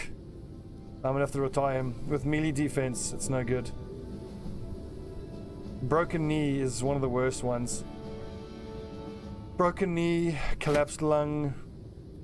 Yeah, broken knee, broken elbow, collapsed lung. These are all skills that are instant retirements as far as I'm concerned. So he's never going to have the defense to ever really be survivable. Especially as a flail raider, he's someone who's going to be off on the side of the flanks, just getting super surrounded. But then he's got melee defense. And his initiative, he's always going to act last.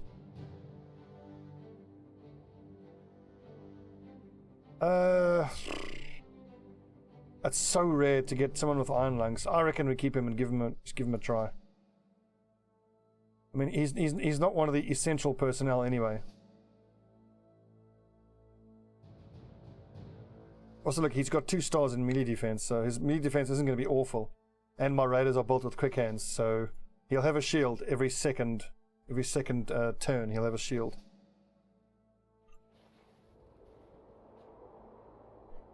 Yeah, you would need to take adrenaline. Well, the thing is, so actually, with the way quick hands and the shield works, his initiative being ruined means he's always going to act last, which you can actually play that to your advantage potentially.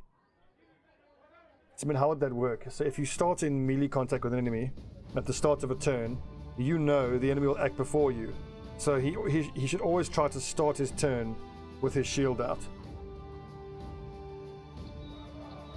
Because then the enemy will attack while he has his shield out. Yeah, it wouldn't change. It will be the same with his quick hands. Sweet. So we got the Orc Trophy from that ambition. Very nice.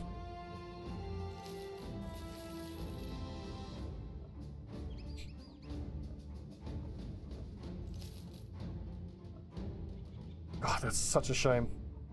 Oh, wait a second. How many doggos do we have? Because we can maybe hire a few more. 1, 2, 3, 4. I've got plenty of dogs.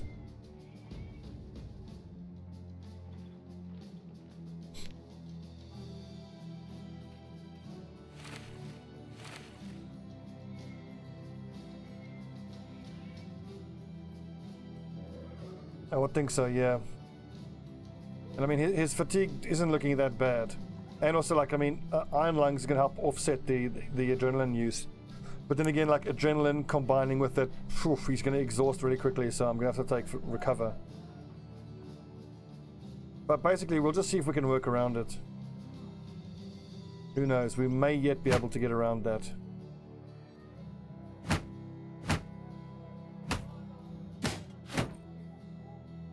Refront hits level 11. Sweet.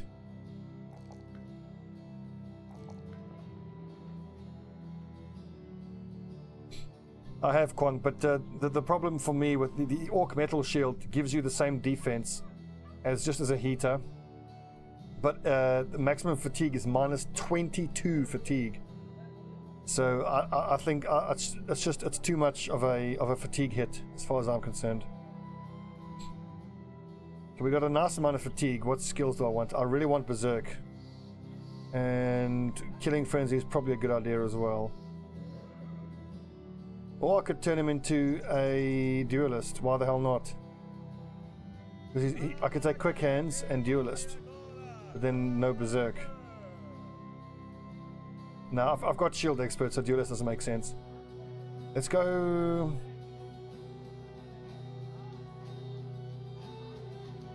It's Killing Frenzy Berserk. Just the old damage buff build. He's already got Steel Brow.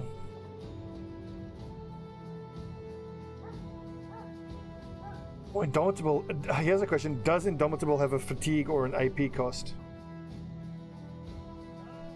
Let's look that up on the wiki, because if it doesn't, then Indomitable is going to be better.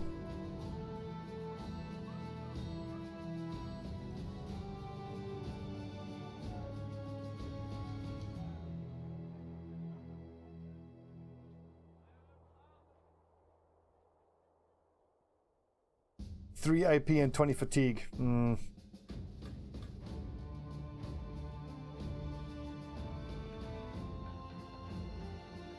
I think I'll try Indomitable on one of my other playthroughs. I'm just going to go for the straight max damage build, which is Berserk and Killing Frenzy.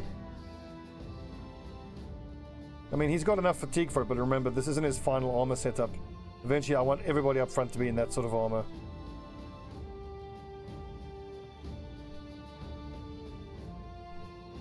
Oh god, what time is it?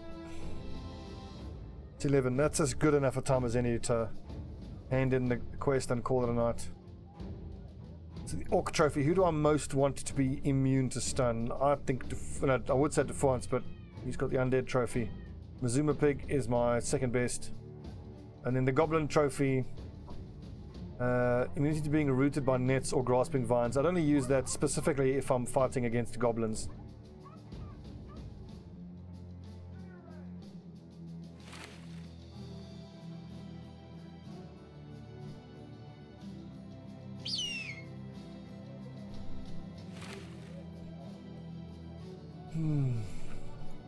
Right, you're a Hammer Raider, so you might as well hang on to your hammer. Sword Raider, so hang on to sword. Flail Raider. Shield Breaker, that's correct. And Flail Raider.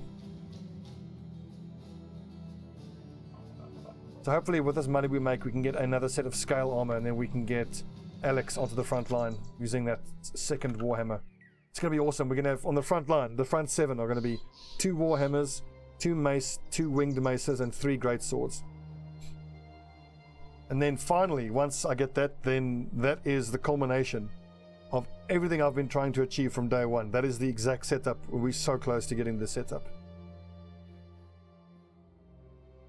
It just goes to show that you can start a playthrough with an idea of what you want your final setup to be, but it can literally take you 314 days to get there. Shit is crazy, yo. Yeah, please be an escort. What is this? Obtain staff at Coven of Midnight. Nah, Coven of Midnight is all the way off to the west, I think.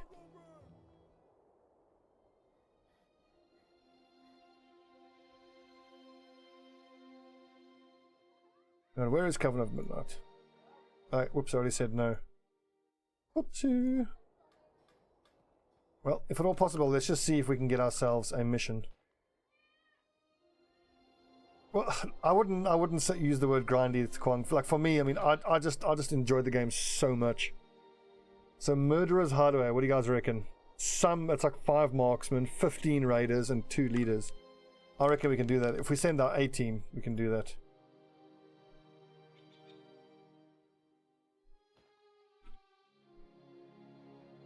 But let's just see what Vardagard offers us in terms of a mission. Maybe they give us a patrol and we can grab all those heads.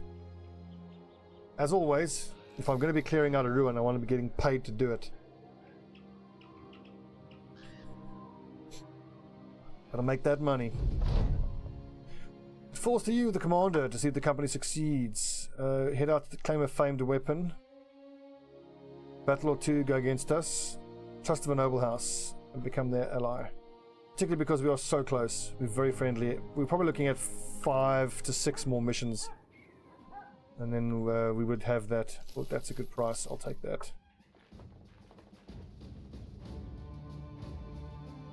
Okay, do I need all of this shit?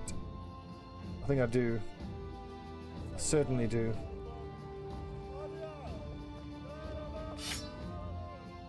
I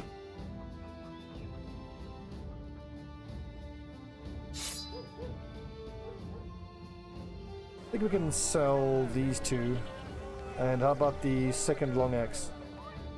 It's the third long axe. Okay, so those can go. Am I going to use the clip cleaver? No.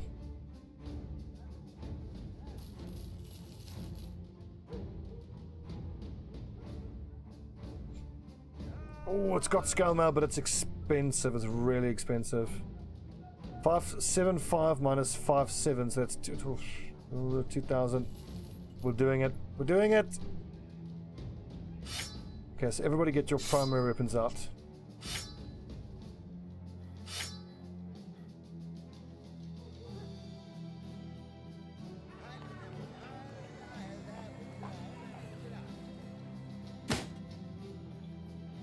Oh lads, this is a big day. This is a big day.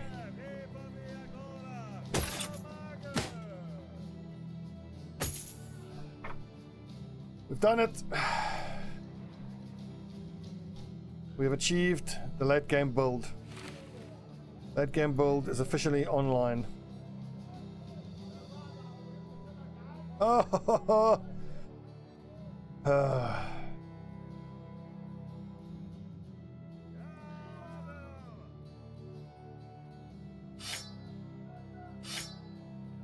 so it's taken us how many days? 315. 314 days. So from day one, this is exactly the setup I've been trying to go for.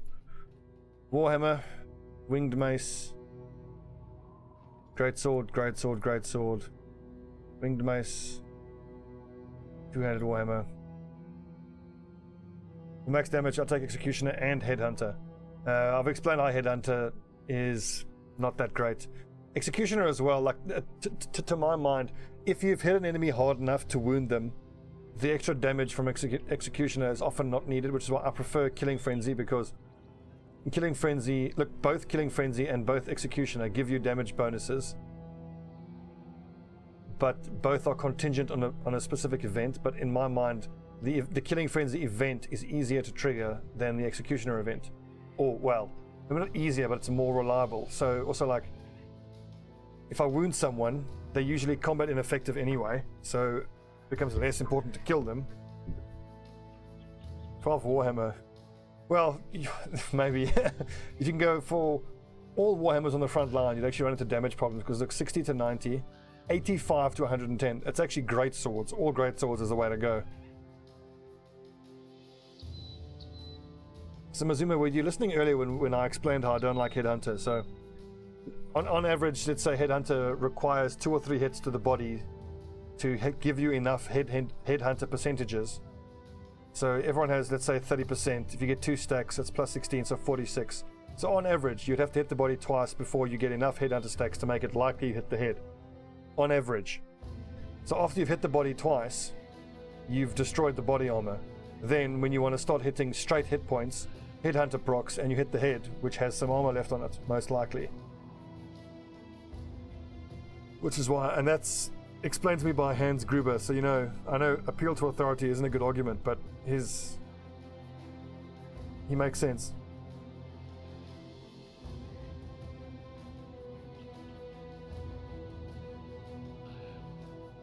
Indeed, Edge of Light. But then, actually no, so Headhunter is terrible for two-handed axes, because if I have a two-handed great axe, the usual attack called Split Man hits the head and the body automatically anyway. So actually, Headhunter is irrelevant. If it's a one-handed axe, then Headhunter is better. But then you're still running into the same problem where you've hit the enemy's body twice, destroyed their body armor. Now instead of hitting them straight on hit points, Headhunter procs, and you hit them in the helmet. Which fine, it does extra damage, but then you're still dealing with armor where you wouldn't have otherwise dealt with it. If I'm going to take Headhunter on anyone, it'll be on a crossbowman because of the extra, or maybe on a duelist because of the extra armor piercing.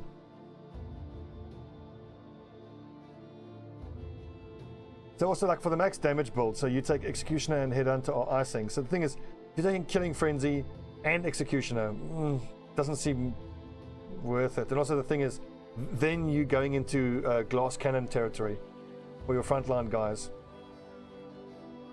Like Mazuma, I felt I had to take Recover because his fatigue sucks so much. But like for the way I build my raiders,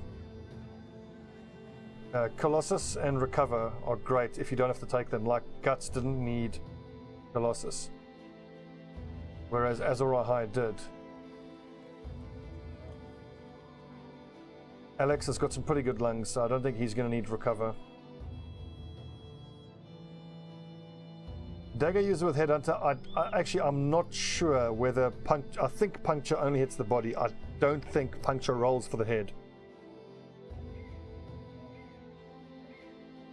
That would have to be confirmed by the wiki, but I'm pretty sure it doesn't roll for the head.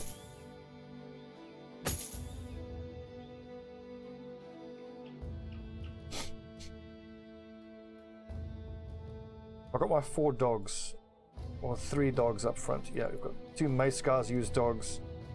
We've got the stun immunity, the immunity to fear and mind control, and then all the dudes in the center will get high on mushrooms, buff their damage. Awesome. Not a tavern here. I want to see if there's some hot leads. Okay, that's been a good session. I think we'll leave it there. Potentially a Thief Coupe, but I'm pretty sure that if that did work that way, that would have been known and exploited. Okay, good session. Good Battle Brothers session. So we'll do Battle Brothers tomorrow night again. Friday night we'll do Darkest Dungeon. Saturday morning and lunchtime I think we'll do They Are Billions. I got to start with map number 4, which I'm not looking forward to. Map number 4 is gonna be fucking scary.